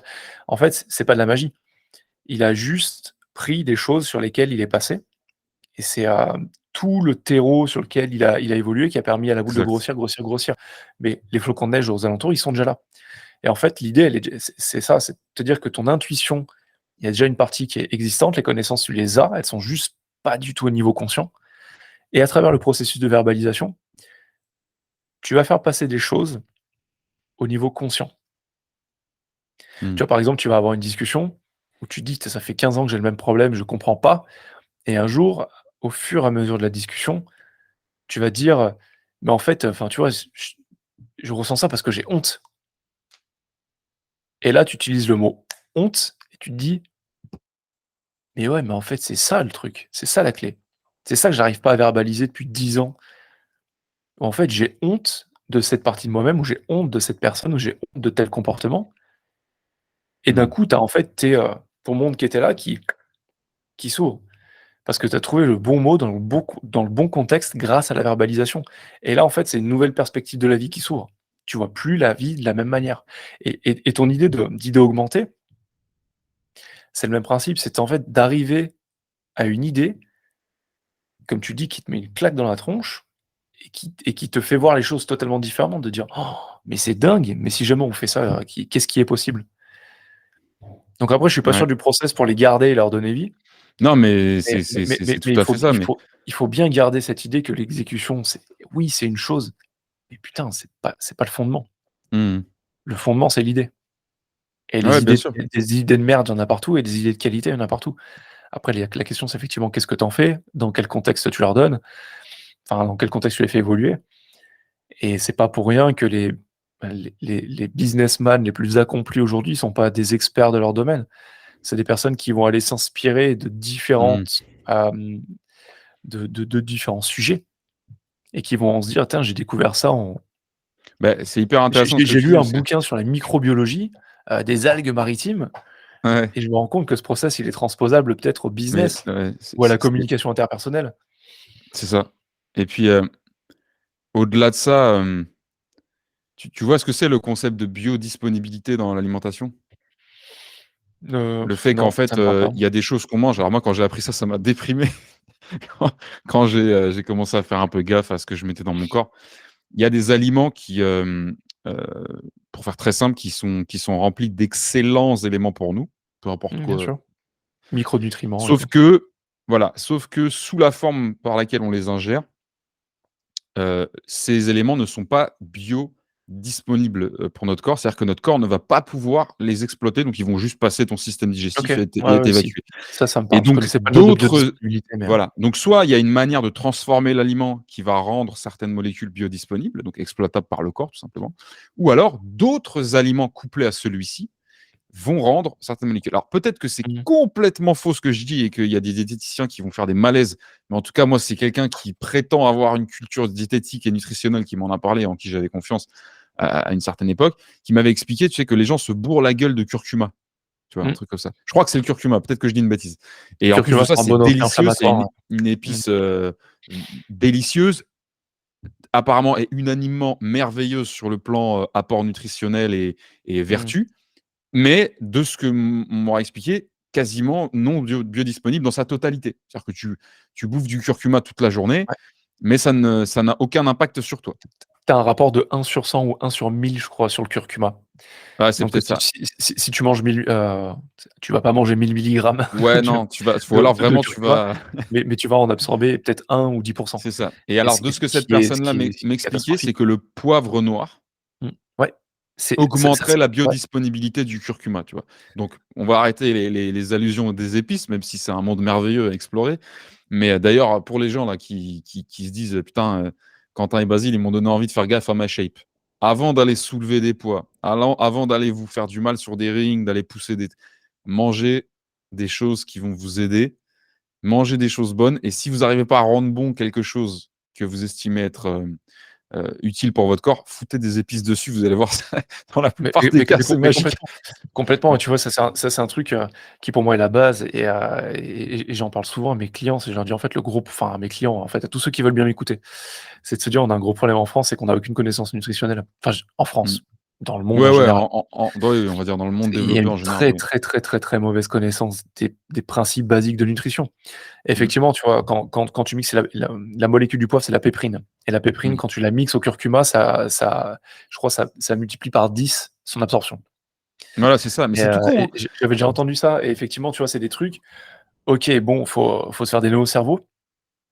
Au début, ça paraît être des nœuds au cerveau, mais quand tu as les bases de la nutrition, Bah, oui, mais c'est comme tout. Je veux dire, si tu bah, penses en qu'en un fait, claquement de tu doigts, tu crées vas des apprendre le habitudes. violon, Tu crées des habitudes. Tu vois, ce matin, moi, j'avais ma carafe d'eau d'1 litre, bien large, ouverte, qui était posée, sur la table, et je me la sers, et je me dis: «En fait, il y a 3 ans, tu vois, j'avais lu des études comme quoi, quand tu bois l'eau du robinet, elle est potable et tout, mais il faut, la servir et la laisser ouverte 2 heures mmh. pour que les principaux solvants, le chlore, les principaux, éléments chimiques se dissolvent, et après l'eau redevient, heu, alors Oui, oui, intéressant. pas pas neutre, mais, avec une exposition bien plus faible aux polluants. Et ce matin, je me servais ma carafe d'eau, je me dis: «En fait, maintenant, c'est un réflexe», et quand je dis à quelqu'un, de boire de l'eau minérale, ou s'il veut pas boire d'eau minérale parce qu'il veut pas consommer des bouteilles en plastique, de au moins faire ça, c'est: «Putain, ouais, mais c'est se faire des nœuds au cerveau». C'est se faire des nœuds au cerveau à un moment. Quand ça devient Mmh. une habitude, c'est un automatisme, Ouais, ouais, et c'est tu vois, clair. tu vois, c'est ce principe de qui est vachement propulsé aussi par, bah, par les speakers, tu vois, qui sortent de l'armée, de machin, où c'est discipline, discipline, discipline, discipline, et moi, on me voit comme quelqu'un de discipliné, heu et en fait, la majorité des personnes, je leur dis: «Mais je suis pas discipliné». C'est des habitudes qui sont ancrées, qui font partie de moi, Mmh. et quand tu crées quelque chose, en fait, c'est là le truc, qui est hyper important, c'est quand tu as un objectif, quand tu sais que tu veux créer quelque chose qui est important pour toi, quand vraiment tu y tiens, là, tu vas faire preuve de discipline pendant 1, 2, 3 mois, et au bout de 2, 3 mois, ça devient une habitude, et la discipline, plus l'habitude prend le dessus, plus la discipline, elle baisse, Ouais, et au bien bout d'un sûr. moment, en fait, tu as plus besoin de faire preuve de discipline. Toi, je sais quoi, là, tu te lèves tôt, tu as gardé cette habitude sûrement de l'armée, où tu te lèves tôt, tu fais Mmh. ton sport et tout. Hem, moi, je fais mon sport le matin maintenant, mais j'arrive pas à me lever aussitôt maintenant avec ma fille, mais Bah, c'est déjà du sport, mais ouais, ouais. non, mais Mais pour complètement, revenir tu sur vois? le En même le temps, le le parallèle mais que tu sais je qu'en gros, c'est juste pour finir, après tu prends cette habitude et la discipline, elle baisse. Les autres te voient comme quelqu'un d'hyper discipliné, mais en fait, tu as ce réflexe mental de dire: «Non, ma priorité, c'est ça, et je sais pourquoi je vais dans ce sens-là». mmh. Tout ce qui est annexe, ça me déconcentre de l'objectif. Ouais, ouais, complètement, complètement. Ouais. Je sais plus ce que je voulais dire, mais je sais plus pourquoi on est parti dans ces histoires de poivre et de curcuma. Le flow. Si, ouais, ouais, putain, ouais. Hem, non, c'est le parallèle avec la biodisponibilité, c'est que pour reprendre sur les idées, il y a très peu de gens font quelque chose consciemment, c'est de se réexposer à des contenus. Par exemple, tu as adoré, un film qui t'inspire ou un livre qui t'inspire ou je me fous de quoi qui t'inspire. Moi, je crois personnellement, et bien nombreux sont les gens qui croient comme moi, qu'on est au moins la moitié de ce qu'on reçoit comme information. Donc, bah, si un Mmh. livre te plaît, il va déclencher un imaginaire, des idées, une inspiration chez toi qui va être complètement différent de celui que ta sœur ou ton frère pourrait éprouver. Mais on va s'exposer généralement une fois.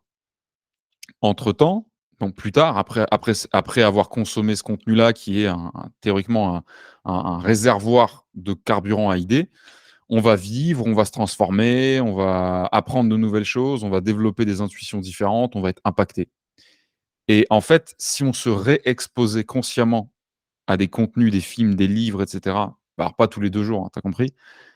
On décuplerait à chaque fois, ou en tout cas, on changerait à chaque fois ce qu'il nous en inspirerait, tu vois? Et moi, je le fais volontairement avec des films Mmh. et des livres que j'aime beaucoup. En tout cas, je le fais volontairement et consciemment depuis 1 an à peu près. C'est que alors je vois, oui, tu vas me dire: «Oui, mais c'est le même livre, il a pas bougé, il va déclencher». Oui, oui, oui, il déclenche plein de choses similaires à la première fois. Alors évidemment, je te parle de choses qui t'ont plu, hein. Si ça t'a pas plu, il va pas te faire mal. Bien sûr. Mais même une conférence de 10 minutes, tu vois? Un truc de 10 minutes, tu la regardes le 1er janvier, entre-temps, tu vas parler avec 40 personnes ultra intéressantes, tu vas creuser des sujets que tu connaissais pas, tu vas modeler une nouvelle intuition sur un nouveau sujet, et cetera. Tu la regardes le 1er janvier de l'année d'après, elle va pas déclencher chez toi les mêmes choses. Et c'est ça le Complètement. fameux truc de biodisponibilité là, que je voulais Mmh. faire comme parallèle, c'est que quand un contenu, alors je suis pas en train de te dire que tous les contenus sont bons, c'est juste toi qui es con et qui comprends pas ce que. Il y a plein de contenus à jeter à la poubelle, mais déjà reconnaissons le mérite aux gens qui créent des choses. Enfin, quand je dis contenu, c'est pas le bon mot parce que des livres et des films, c'est pas du contenu, c'est des œuvres. Mais Mmh. ce que je veux dire, c'est que peu importe ce que les gens créent, tant qu'ils font de mal à personne, respectons quand même le travail accompli, même si ça nous parle pas et que l'idée est pas, tant que l'idée est pas dramatiquement condamnable. Mmh. Voilà. Mais c'est pas parce que tu vas, dans un premier temps, en étant exposé à cette œuvre, ne rien en éprouver et que ça va rien générer dans ta caboche, que plus tard, ce sera le cas également. On a tous été, en tout cas moi, j'ai toujours détesté lire quand j'étais jeune. Me demande pas pourquoi, quel a été le cheminement Mmh. psychologique, mais en tous les cas, il y a certainement un lien avec le fait que ça a été exigé de la part de l'éducation nationale, avec qui Les j'étais 2. pas en excellents termes minot, et donc je ne lisais pas ce qu'on me demandait de lire. Non pas par comportement rebelle volontaire, mais ça me gonflait. Moi, je passais plus de temps dehors que dedans à l'école, donc je lisais pas. Pourtant, je viens d'une famille qui est très portée sur la littérature, etc. Et pourtant, et surtout parce que j'avais pas de conséquences fatales, c'est-à-dire que j'arrivais toujours à m'en sortir sur les moments Mmh. d'examen, etc. Donc, j'avais pas une conséquence, il n'y avait pas un coup près qui tombait. Et donc, il y a des livres qu'on m'a quand même forcé à lire à un moment donné, donc que j'ai lu au forceps, vraiment, c'est vraiment l'image Mmh. que j'en ai, tu vois, que j'ai relu 10, 15 ans après, avec un souvenir. Alors 15 ans, ça commence à faire un petit truc, tu vois. Mmh. Avec un souvenir évidemment marqué de certains épisodes. Je te parle par exemple, le dernier où je me suis régalé, mais quand je te dis régalé, c'est-à-dire que je pouvais écourter une conversation pour retourner lire les quelques pages, c'est Le Comte de Monte Cristo, par exemple, tu vois. OK. Alors moi, j'ai une grosse connexion avec certaines plumes. Comme tout le monde, on a des auteurs qui vont avoir une façon d'écrire qui nous tape beaucoup plus que d'autres, tu vois. Et il se trouve que bon, bah, moi, ce livre-là marche beaucoup plus que certains autres. Mais quand je l'ai lu au collège, ou je crois que c'est au collège, hein, je dis pas que c'était chiant, hein, l'histoire était la même et tout, mais on me le vendait, on me disait: «C'est un classique, Basile, tu dois le lire, tu dois l'aimer». Alors le truc, c'est quand même un paftard, c'est costaud, Ouais, hein, bien sûr, le mais là et mais là où ton parallèle il est juste, c'est est-ce que toi, tu es disponible à ce moment-là? exactement. Et Ouais, intellectuellement, ouais. créativement, au niveau de ta curiosité et je suis 100 raccord, tu vois? Il y a bah, tu vois, on fait un peu la liste des dictons pourris qui existent, dans le monde, Mais c'est génial les du bi dictons du parce bi qu'ils ont du des business. pouvoirs, les dictons. Ouais, mais enfin, tu sais, Quand tu ils vois, sont justes, ils nous aident, et quand ils sont tu injustes, ils as, nous aident aussi, tu vois?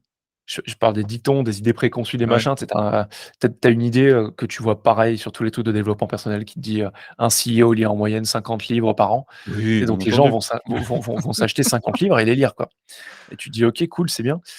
Moi, je lis beaucoup. Comme toi, je détestais lire quand j'étais gamin parce qu'en fait, moi, je me rends compte que la fiction, ça me parle pas et à 17 ans, 18 ans, dans Mmh. la bibliothèque de OK. mon père, j'ai trouvé un bouquin, où il y a c'était, «Tout ce que vous n'apprendrez jamais à Harvard» et c'est un bouquin de business, sur l'organisation, sur tout ça. Mmh Le mh. bouquin, je l'ai défoncé. Alors je l'ai défoncé. Par rapport à ma capacité de lecture, vu que je lisais peu à l'époque, il m'a peut-être fallu 3 mois pour le lire. Un livre de 150-200 pages, mais pour moi, à l'époque, c'était déjà phénoménal, quoi et Mmh. je me suis rendu compte que ça me passionnait et en fait, depuis, je lis que des bouquins qui sont orientés sur le business, sur la physique, sur, La non-fiction, quoi. des ouais, des trucs qui me nourrissent. Mmh. Et pareil, depuis 2-3 ans, avant, je bouffais des livres parce qu'en fait, tu fais des tu as plein de classiques. Mais maintenant, je sais qu'il y a certains livres, je vais les lire 3 fois dans l'année Ouais, et ça je c'est sais qu'à marrant ça, hein. chaque Ouais. fois, je ne vais pas en ressortir la même chose. Parce que janvier, on va dire janvier, juin, décembre, tu lis 3 fois le même livre, tu as lu d'autres choses au milieu, tu as eu d'autres discussions comme tu dis, tu as rencontré d'autres personnes, tu es pas la même personne. Ton niveau intellectuel est pas le même. Je Non, dis pas que tu es ouais. plus intelligent, mais tu es plus câblé de la même manière, tes idées sont plus forcément les mêmes. En tout cas, quand tu as l'habitude de confronter régulièrement tes idées et de te challenger intellectuellement, mais un livre, à la première lecture, des fois tu vas dire: «Putain, il est génial», à la deuxième, tu vas dire: «Il est énorme» et à la troisième, tu diras: «Mais ce livre, c'est un chef-d'œuvre» et ça, c'est ce qui fait vraiment un classique littéraire, comme Mmh. les bouquins sur le stoïcisme et compagnie. Tu dis: «C'est des bouquins, ça fait 2000 ans qu'ils sont là, ils sont encore en print à 2000 ans après». C'est qu'il y a un Ouais, bien truc et à sûr. chaque fois que tu les lis, intellectuellement, tu es pas disponible de la même manière, émotionnellement, tu as pas la même disponibilité, créativement, tu as pas la même disponibilité, donc tu ne perçois pas les choses de la même manière Mmh. et c'est ultra important, comme tu dis, de se confronter plusieurs fois à des classiques, comme les gens les appellent, parce que tu en retires pas du tout les mêmes leçons. Ouais, mais classique ou pas, hein, c'est-à-dire que moi je suis persuadé, que tu peux vraiment, tirer des alors je parle bien des idées, hein, je suis pas en train Bien de te sûr. dire que n'importe quelle, œuvre ou contenu va t'apprendre quelque chose. Mmh. Un livre de préceptes, donc que ce soit de la non-fiction business ou autre chose, il est là pour théoriquement t'exposer un point de vue, un Des savoir idées, et te le ouais. transmettre, dans un concept assez bien marketé qui va passer ou pas passer.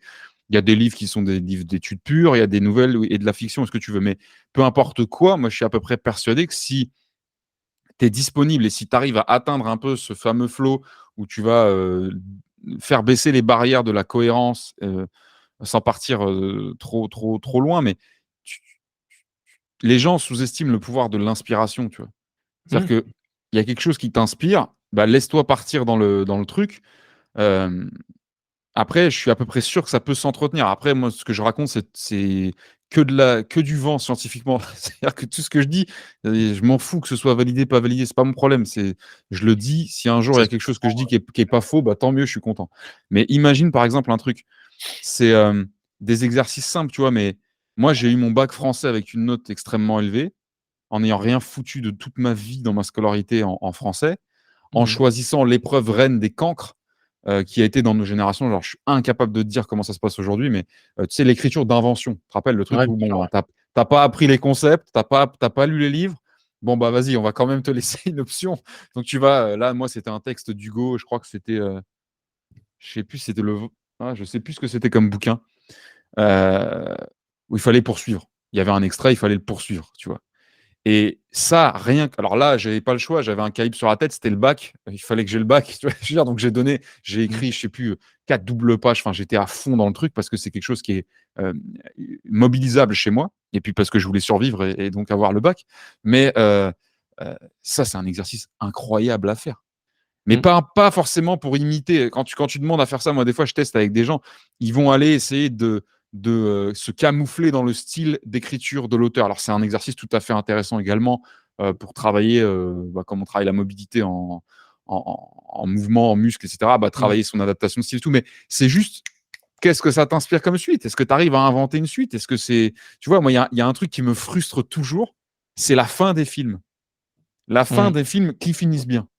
La fin d'un film qui se finit bien, J'adore les films qui ça me finissent mal, moi. procure une émotion.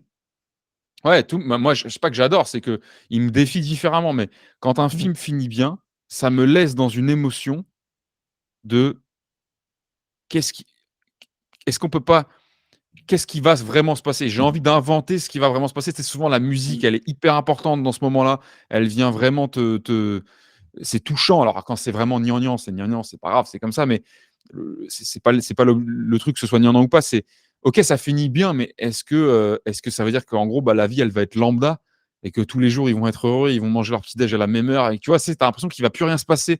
Mmh. Ils se sont retrouvés après la guerre, après machin et cetera. Ils ont 32 ans et Ouais, 30 je ans comprends. et ils vont vivre heureux pendant les 50 prochaines années. Personne va mourir. Tu vois ce que alors que non, tu sais très bien que c'est pas le cas.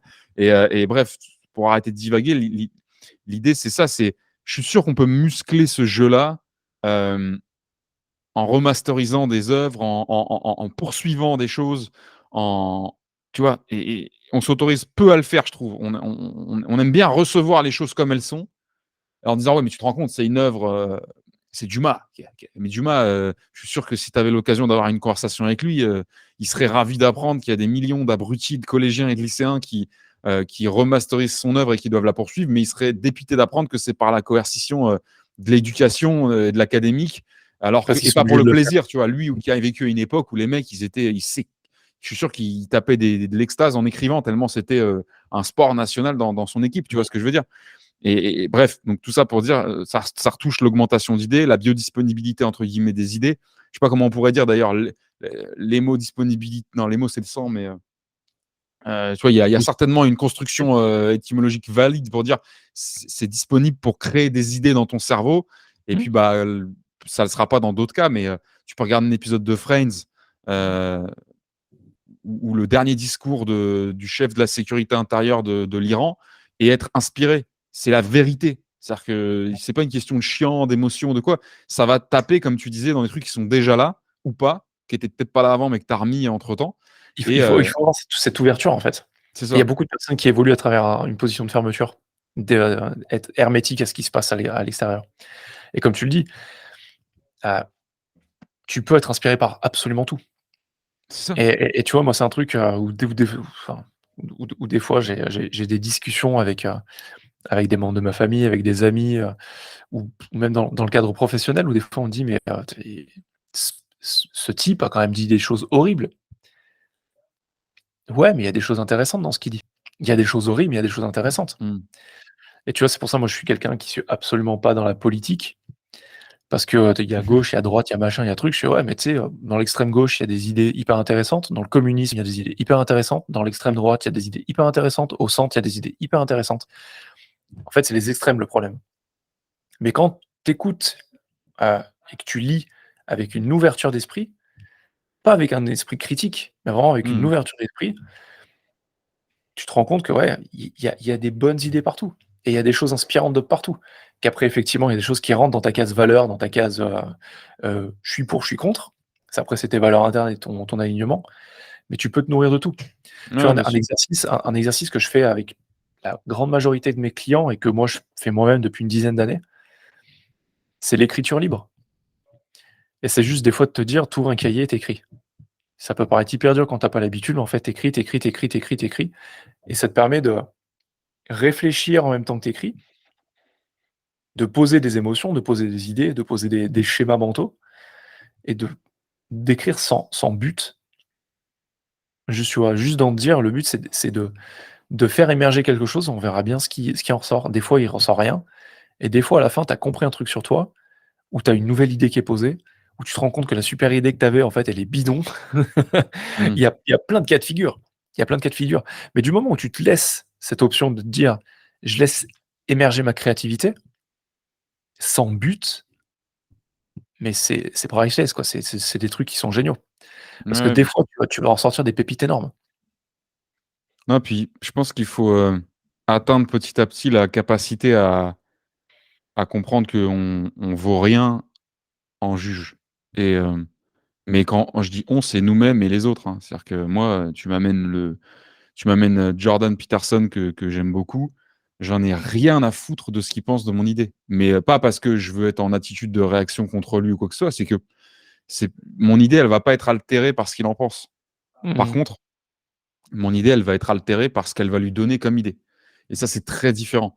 Le jeu de c'est une bonne idée, c'est pas une bonne idée, c'est une idée rentable, c'est pas une idée rentable, c'est le jeu de gens qui font des mesures. Et moi, je suis ravi qu'il y ait des gens dans le monde qui font des mesures, parce qu'on voit où ça a pu nous amener sur certains points, on voit aussi où ça a pu nous en amener sur d'autres. Et les jeux finis, tu sais, où il y a une étape finie à un moment donné, où tu peux pas jouer indéfiniment. Moi, je déteste la notion de fini. Et à un moment donné, si tu veux aller loin, je pense, dans la réflexion, il faut t'autoriser à te dire, t'es qu'un vecteur. Et voilà, la métaphore qui marche bien, c'est de te dire, une idée n'est rien d'autre qu'une graine. Mmh. Tu vas pas faire de l'oseille avec une graine. Enfin, il y a des gens qui arriveront à faire de l'oseille avec une graine. Mais ce que je veux dire, c'est que le seul but d'une graine, théoriquement, c'est d'être planté.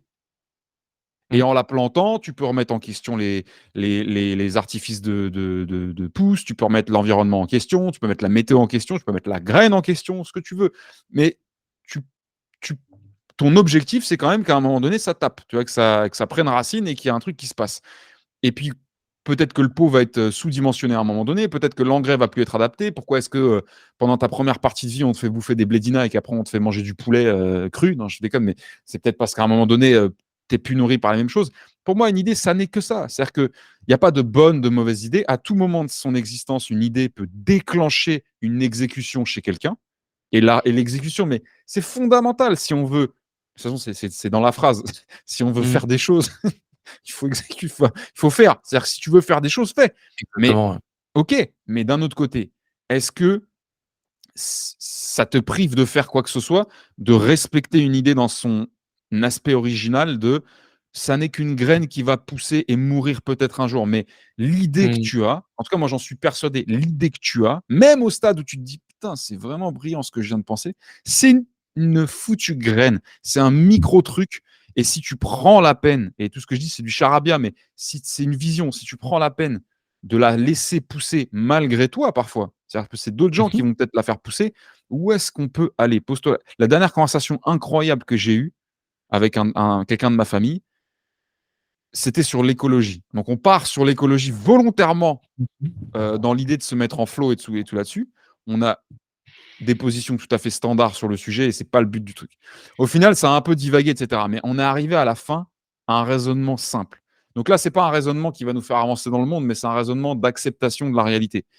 On est tout le temps là en train de dire qu'on veut protéger la nature, qu'on veut protéger la planète, qu'on veut ne pas détruire la planète, qu'on détruit la planète, etc. Machin. Et il y a un phénomène, moi, qui m'insupporte, c'est pas vrai, mais qui me frappe, c'est que à chaque fois que tu entends quelqu'un parler, en bien ou en mal, de la nature, de l'écologie, de peu importe du quoi, tu as une impression assez radicale qu'on ne fait pas partie de la nature. Tu vois, que nous, on est arrivé avec une navette en silicone carboné, avec tu vois, et qu'on a été posé là par je ne sais quelle opération de je ne sais quoi, et qu'on bousille la planète volontairement. Et ce que les gens ont du mal, tout le monde le comprend, ce que je vais te dire, c'est enfoncer une porte déjà ouverte depuis longtemps. Mais c'est la façon de le voir qui a changé quelque chose dans ma tête. C'est non seulement on est nous la nature, dans le sens où, ok, bah, ça veut dire qu'on se détruit quand on détruit la nature. Waouh, super, effectivement. Mmh. Mais je vais aller très très loin. Est-ce que tu as déjà vu les choses comme ça?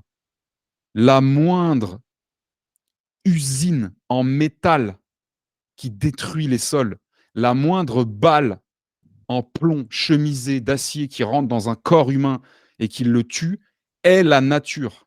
Bien sûr. Rien de ce qu'on a, rien de ce qu'on possède, rien de ce qu'on a accompli n'est autre chose que ce qu'on a pris dans la nature, parfois pour faire des bonnes choses, parfois pour la retourner contre elle, parfois Mmh. volontairement, parfois involontairement. Moi, c'est l'aspect de la bastos, tu vois, de dire la moindre balle, la moindre bombe nucléaire qu'on est en mesure de lâcher sur la planète est la nature elle-même. Ça n'est pas la nature qui l'a créée.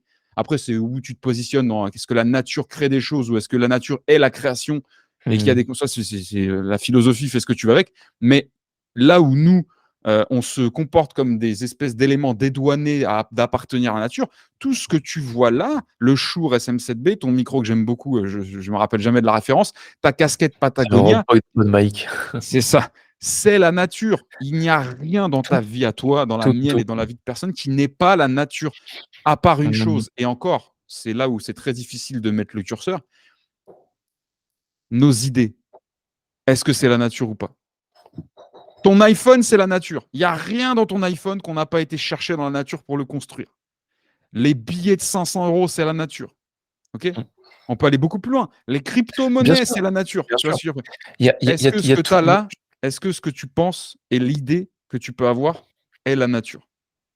mais ça après justement, c'est un débat philosophique. Moi, Oui, j'aime c'est beaucoup la philosophique, mais c'est philosophie c'est pour dire jusqu'où tu peux aller dans des et conversations, tu vois, effectivement. délibérées. C'est pour ça que moi, tu vois, j'en reviens toujours à, tu vois, tu me dis, on est parti dans tous les sens et on revient sur des choses très simples. Moi, fondamentalement, toutes ces discussions, j'en retiens une seule chose, c'est qu'en fait, la vie est absurde, C'est totalement ça. absurde et C'est le chaos. Il y a rien d'autre à dire. que la seule chose dont on est sûr, c'est qu'on peut lui donner le sens qu'on veut. C'est Tout tout. à fait. Mais effectivement, là, le principe de l'espèce humaine, enfin, la particularité de l'espèce humaine, c'est qu'avec, le développement de son cortex préfrontal, arrive à se regarder elle-même, à se comprendre elle-même, à dire: «Je suis», le fameux «je pense donc je suis» qui est un peu faux de Descartes. Mais tu vois, d'avoir cette possibilité de sortir de l'instinct animal. Et en fait, je pense que dans l'évolution, en tout cas, c'est pas moi qui le pense, c'est quand tu regardes la majorité des bouquins des philosophes, des neurosciences, et que cette capacité Mmh. qu'on a, nous, en tant qu'êtres humains, de sortir de nos têtes et de nous auto-analyser, ça nous a à la fois, en fait, coupés de cette nature. De se dire: «Je suis différent». Alors qu'en fait, quand tu regardes bien,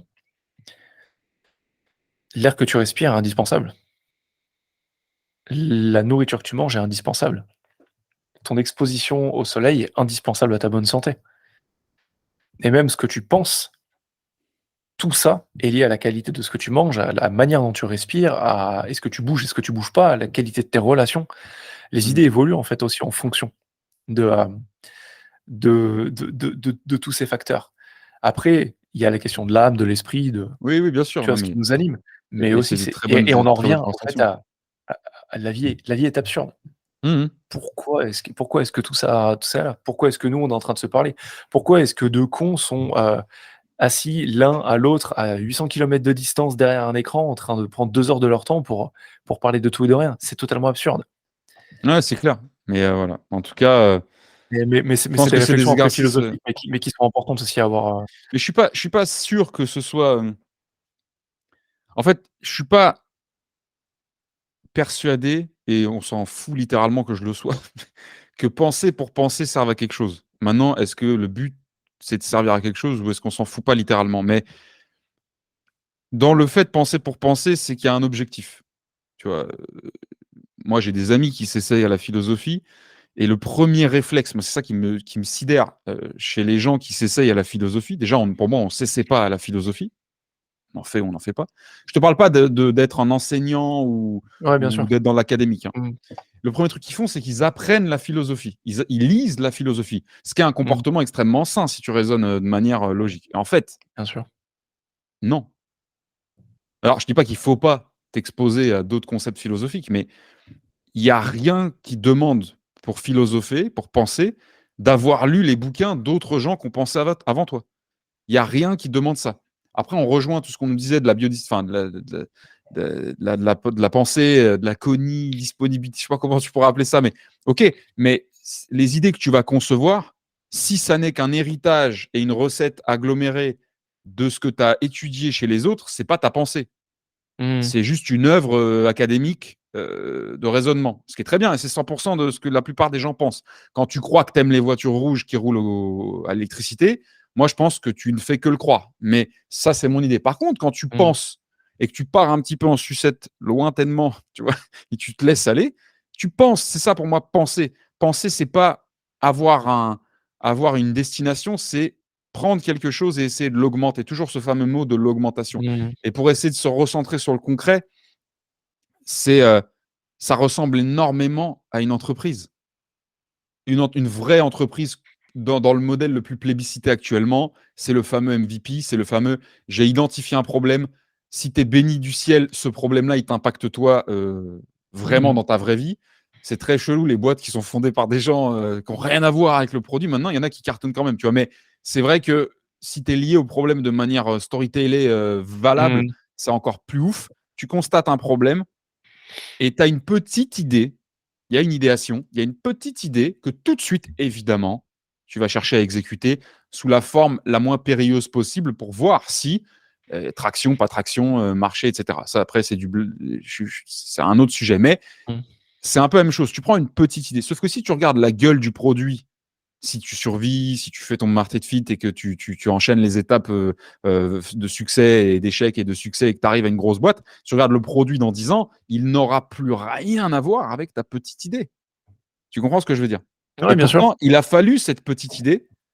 Sans cette petite idée-là, aucune chance d'arriver à ce gros truc-là. Et moi, je pense là, alors, dans un phénomène entrepreneurial, c'est cool parce que il y a de l'oseille à la clé, il y a de l'emploi, il y a de ce que tu veux, il y Mmh. a du storytelling sur LinkedIn. Ça fait bander tout le monde et on peut vendre des formations. Mais si tu donnes la peine d'aller au-delà, tu peux avoir une idée. Essaye de. je dis essaye, mais c'est pas à toi que je parle, je parle directement, Ouais, mais bien sûr. si tu arrives à abandonner la volonté de vouloir savoir où va aller ton idée et à quoi elle va servir, et que tu estimes qu'en fait, ta seule vraie mission, en dehors de ton job à plein temps, de ton rôle de papa, etc., c'est de penser et de laisser sortir des choses incroyables de ton esprit, dont 90% seront jetés à la poubelle. Imagine ce qui se passe si tout le monde fait ça. Imagine si 7 milliards de personnes laissent sortir de leurs esprits, parfois faibles, parfois malades, parfois ce que tu veux, peu importe, c'est pas le problème. Laisse sortir les idées dans le but d'être augmenté. Et donc tout ce fameux système de sauvegarde, documente, rendre disponible. Qu'est-ce qui se passe? Imagine si demain, 7 milliards de personnes sortent quotidiennement une idée de leur tête et que des gens les augmentent pas. Tu vois ce que je veux dire ou pas? Donc c'est un monde, là on est dans Ouais, un roman je d'Asimov, tu vois, mais non, mais je vois complètement ce que tu veux dire et tu vois, pour boucler la boucle, parce qu'on commence avec ton livre, c'est exactement ça. C'est qu'aujourd'hui, c'est extrêmement facile de sortir une idée, exactement. de la publier et de la lâcher dans le monde. D'ailleurs, tu vois, je Il y te a pose plus la question, d'excuses. l'idée que tu as eue au début quand tu as sorti ton bouquin, Mmh. est-ce qu'une fois que maintenant il est publié, cette idée elle est remplie? Est-ce que c'est la même que le départ ou est-ce que c'est un truc qui a totalement changé et que tu découvert peut-être quelque chose d'autre dans le process? Ah, c'est un peu En tricky quelques parce que minutes. l'idée, ouais, t'inquiète, euh, l'idée du bouquin, je l'ai pas au moment où je décide de l'écrire. Moi, ce que OK. je sais, c'est que on me parle de pénurie de talent. Ce que je constate, c'est qu'il y a deux types de personnes. Certains qui me disent qu'il Mmh. y en a une, certains qui me disent qu'il n'y en a pas, et que j'ai plutôt tendance à croire ceux qui en ont pas, parce que ça rejoint la vision que j'ai du monde du travail et du respect des êtres humains dans les entreprises. Mmh. L'idée que j'ai au début, en revanche, c'est je sais que si je me menace moi-même, je peux écrire un livre en 10 jours. En fait, les gens viennent souvent prendre des nouvelles du bouquin en me demandant s'il se vend bien.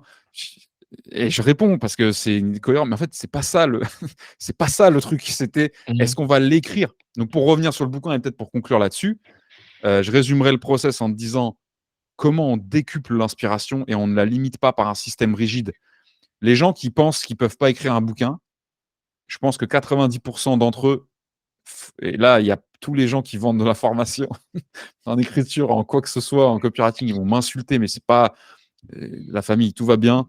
Vendez vos trucs, tout va très bien. Mais ce qui bloque les gens à écrire, et tout le monde devrait écrire des bouquins. Tout le monde devrait nous dire ce qu'il y a dans leur tête, mais sans l'imposer.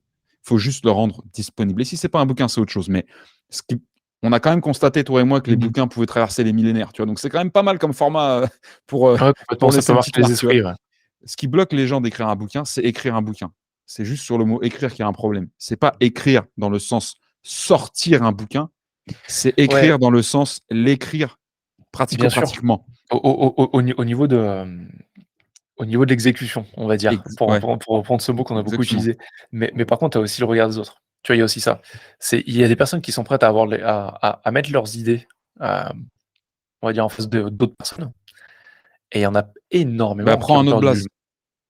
Prends un autre ah mais non, blaze. non, mais je suis Ouais. entièrement d'accord et il y a 1 milliard de solutions pour effectivement, ne pas être identifié. Mais beaucoup de personnes ne Si disent ton pas ce qu'ils problème c'est pensent parce qu'ils ça, ont prends un autre simplement peur blaze. d'être jugés. Ouais, Voilà, complètement, mais tu as raison. ne prive pas le monde de ce que tu as dans la caboche. Moi, tu sais, moi enfin, j'ai grandi dans un milieu tout à fait normal, mais un peu plus populaire que, on va dire, aisé, où tu as toujours un phénomène de jeunes qui traînent ensemble, très petits, on se retrouve dehors parce que bah, les ménages vont assez mal, il n'y a pas grand-chose dans les foyers qui retiennent les enfants à l'intérieur, donc on va plutôt dehors. Et pas parce Mmh. qu'il y a la nature et la campagne qui nous appellent, mais plutôt parce que bah, on est plus à l'aise dehors et qu'on trouve une deuxième famille. Et il y a toujours dans les bandes de gamins dehors un teubé. Il y a toujours un teubé. Enfin, c'est un truc, tu peux te dire non, mais non, il y a toujours un teubé. Mais gentil. En général, c'est un cœur gros comme le monde. Et en général, il joue un rôle beaucoup plus important qu'on veut bien le laisser. Sauf que même ce teubé-là, qu'on juge teubé parce qu'il est plus lent, parce qu'il a une façon de parler qui est différente, parce qu'il est vraiment teubé, enfin après ça c'est vraiment autre chose, il sort des choses ultra pertinentes à des moments. Et parce que même il est teubé. Tu vois, Et ça il fait va un effet de voir contraste. exactement. Non, mais parce que des fois, il voit les choses tellement différemment de toi il va avoir une idée que toi, tu pourrais pas avoir. Tu vois, et ben, même ça, Bien c'est sûr. important Mmh. que ce soit laissé. Donc, pour finir sur le bouquin, si ce qui te pose problème, c'est pas d'avoir des idées qui pourraient remplir un bouquin ou d'avoir quelque chose à dire qui pourrait remplir un bouquin et on s'en tape du nombre de pages, on s'en tape. Arrêtez de mesurer les choses. Ça a jamais, amené qui que ce soit, à part les choses que vous voulez augmenter, ne mesurez rien. S'il y a Mmh. quelque chose que vous pouvez pas augmenter, le mesurez pas, ça va vous faire mal au cœur.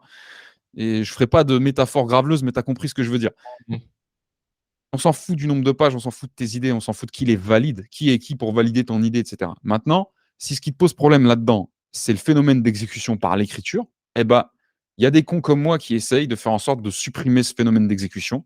Comment j'ai écrit mon livre? En allant marcher dans les sentiers de douane, des anciens sentiers de douane et de résistants dans les Côtes d'Armor en Bretagne, là où j'ai la chance d'avoir de la famille, au bord de l'eau, euh, par un temps assez lourd parce que c'était l'été, en enregistrant, en trouvant une idée plutôt donc avec le mindset un peu de hacker, mais pas le hack comme on l'entend aujourd'hui, le raccourci. Pour moi, le hack, c'est vraiment l'image qui est défendue par les programmeurs, c'est d'utiliser quelque chose à des fins qui ne sont pas prévues à l'origine et de Mmh. l'utiliser bien. Tu vois, et le côté utiliser de la diction vers de la retranscription en utilisant l'anglophone pour switcher pour dépasser cette barrière de problème de transcription, plus les cellules Excel qui permettent justement de mettre des codes à l'intérieur. Et surtout, il y a eu un phénomène intéressant avec l'anglais, c'est que du coup, après, je retranscrivais en anglais, en français, et le fait de traduire en français automatiquement par des outils supprimait énormément de risques de fautes d'orthographe. Tu vois. Et c'est Mmh. là où c'était assez magique, tu vois ce que je veux dire. Donc voilà Ah, pour c'est finir intéressant, là-dessus. ouais. OK. Et après voilà. Donc je sais qu'on arrive au bout, mais voilà, c'était pour terminer sur le Ouais, bouquin quand même qu'on les laisse pas. non, mais bien sûr et tu vois, il y a pour terminer, je pense que c'est d'ailleurs une bonne phrase pour terminer, tu vois? Enfin, c'est plutôt une incitation que tu donnais, c'est, faites sortir vos idées. Mais Heu, je pense qu'on est là Réfléchissez que pour par ça. vous-même, faites sortir vos idées, c'est hyper intéressant. On est dans l'ère, du savoir, et savoir c'est une chose, mais il faut lui donner vie et on n'a pas Mm. besoin d'être tous d'accord, pour Non, mais on le ça. fera jamais. Donc On a tous besoin de ouais, respecter les idées des autres et de se respecter, l'un et l'autre. C'est intéressant. ouais. Mais Heu, vraiment, faites-les sortir. Ouais. Ouais, on n'arrête pas de parler de ton bouquin, mais c'est quoi le titre? Le titre, c'est Talent, rupture de stock. OK. Disponible sur toutes les plateformes de vente, etc. Non, mais tu as compris, tu vas sur Amazon, tu tapes Basile Vierne, tu tapes Talent, rupture de stock. Normalement, tu devrais trouver un truc à un prix défiant toute concurrence.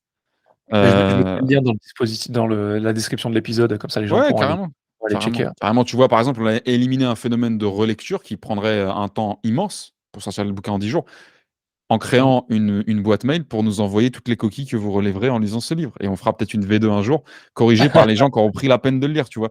Donc on s'est éliminé 5 jours de taf à relire avec... Enfin bref, tu as compris l'idée. L'idée, c'est d'agir, ok, mais avec une idée à la base. Et je vais finir sur une question, c'est est-ce que vous pensez qu'une idée fait plus de mal ou de bien quand vous la gardez que quand vous la laissez sortir dans le monde? Un peu comme un enfant, tu sais que tu as pas envie de laisser sortir, parce que tu as peur de ce qui peut lui arriver. Posez-vous bien cette question, tu sais, les gens qui veulent pas dire, pose-toi la question, est-ce qu'elle te fait plus de bien dedans ou dehors, ton idée? Voilà. En tout cas, merci à toi, Quentin, pour ce moment. Hyper intéressant et effectivement, je vais pas Yes, en rajouter, mais on va laisser les carrément. auditeurs sur cette question. Merci beaucoup Basile, Bah, merci à toi, pour ces quasiment 2 heures là qu'on a passées ensemble. avec C'était, plaisir. c'est le genre de discussion que j'aime bien qui part dans tous les sens, Carrément. On va lire mais des qui livres, regarder des films et on va sont se reparler dans pleines de quelques mois. réflexion. Ouais, carrément. Bon, Bon, passe merci une de ton temps super Basile, à journée. très vite. Salut, Quentin. Allez, ciao. Ciao.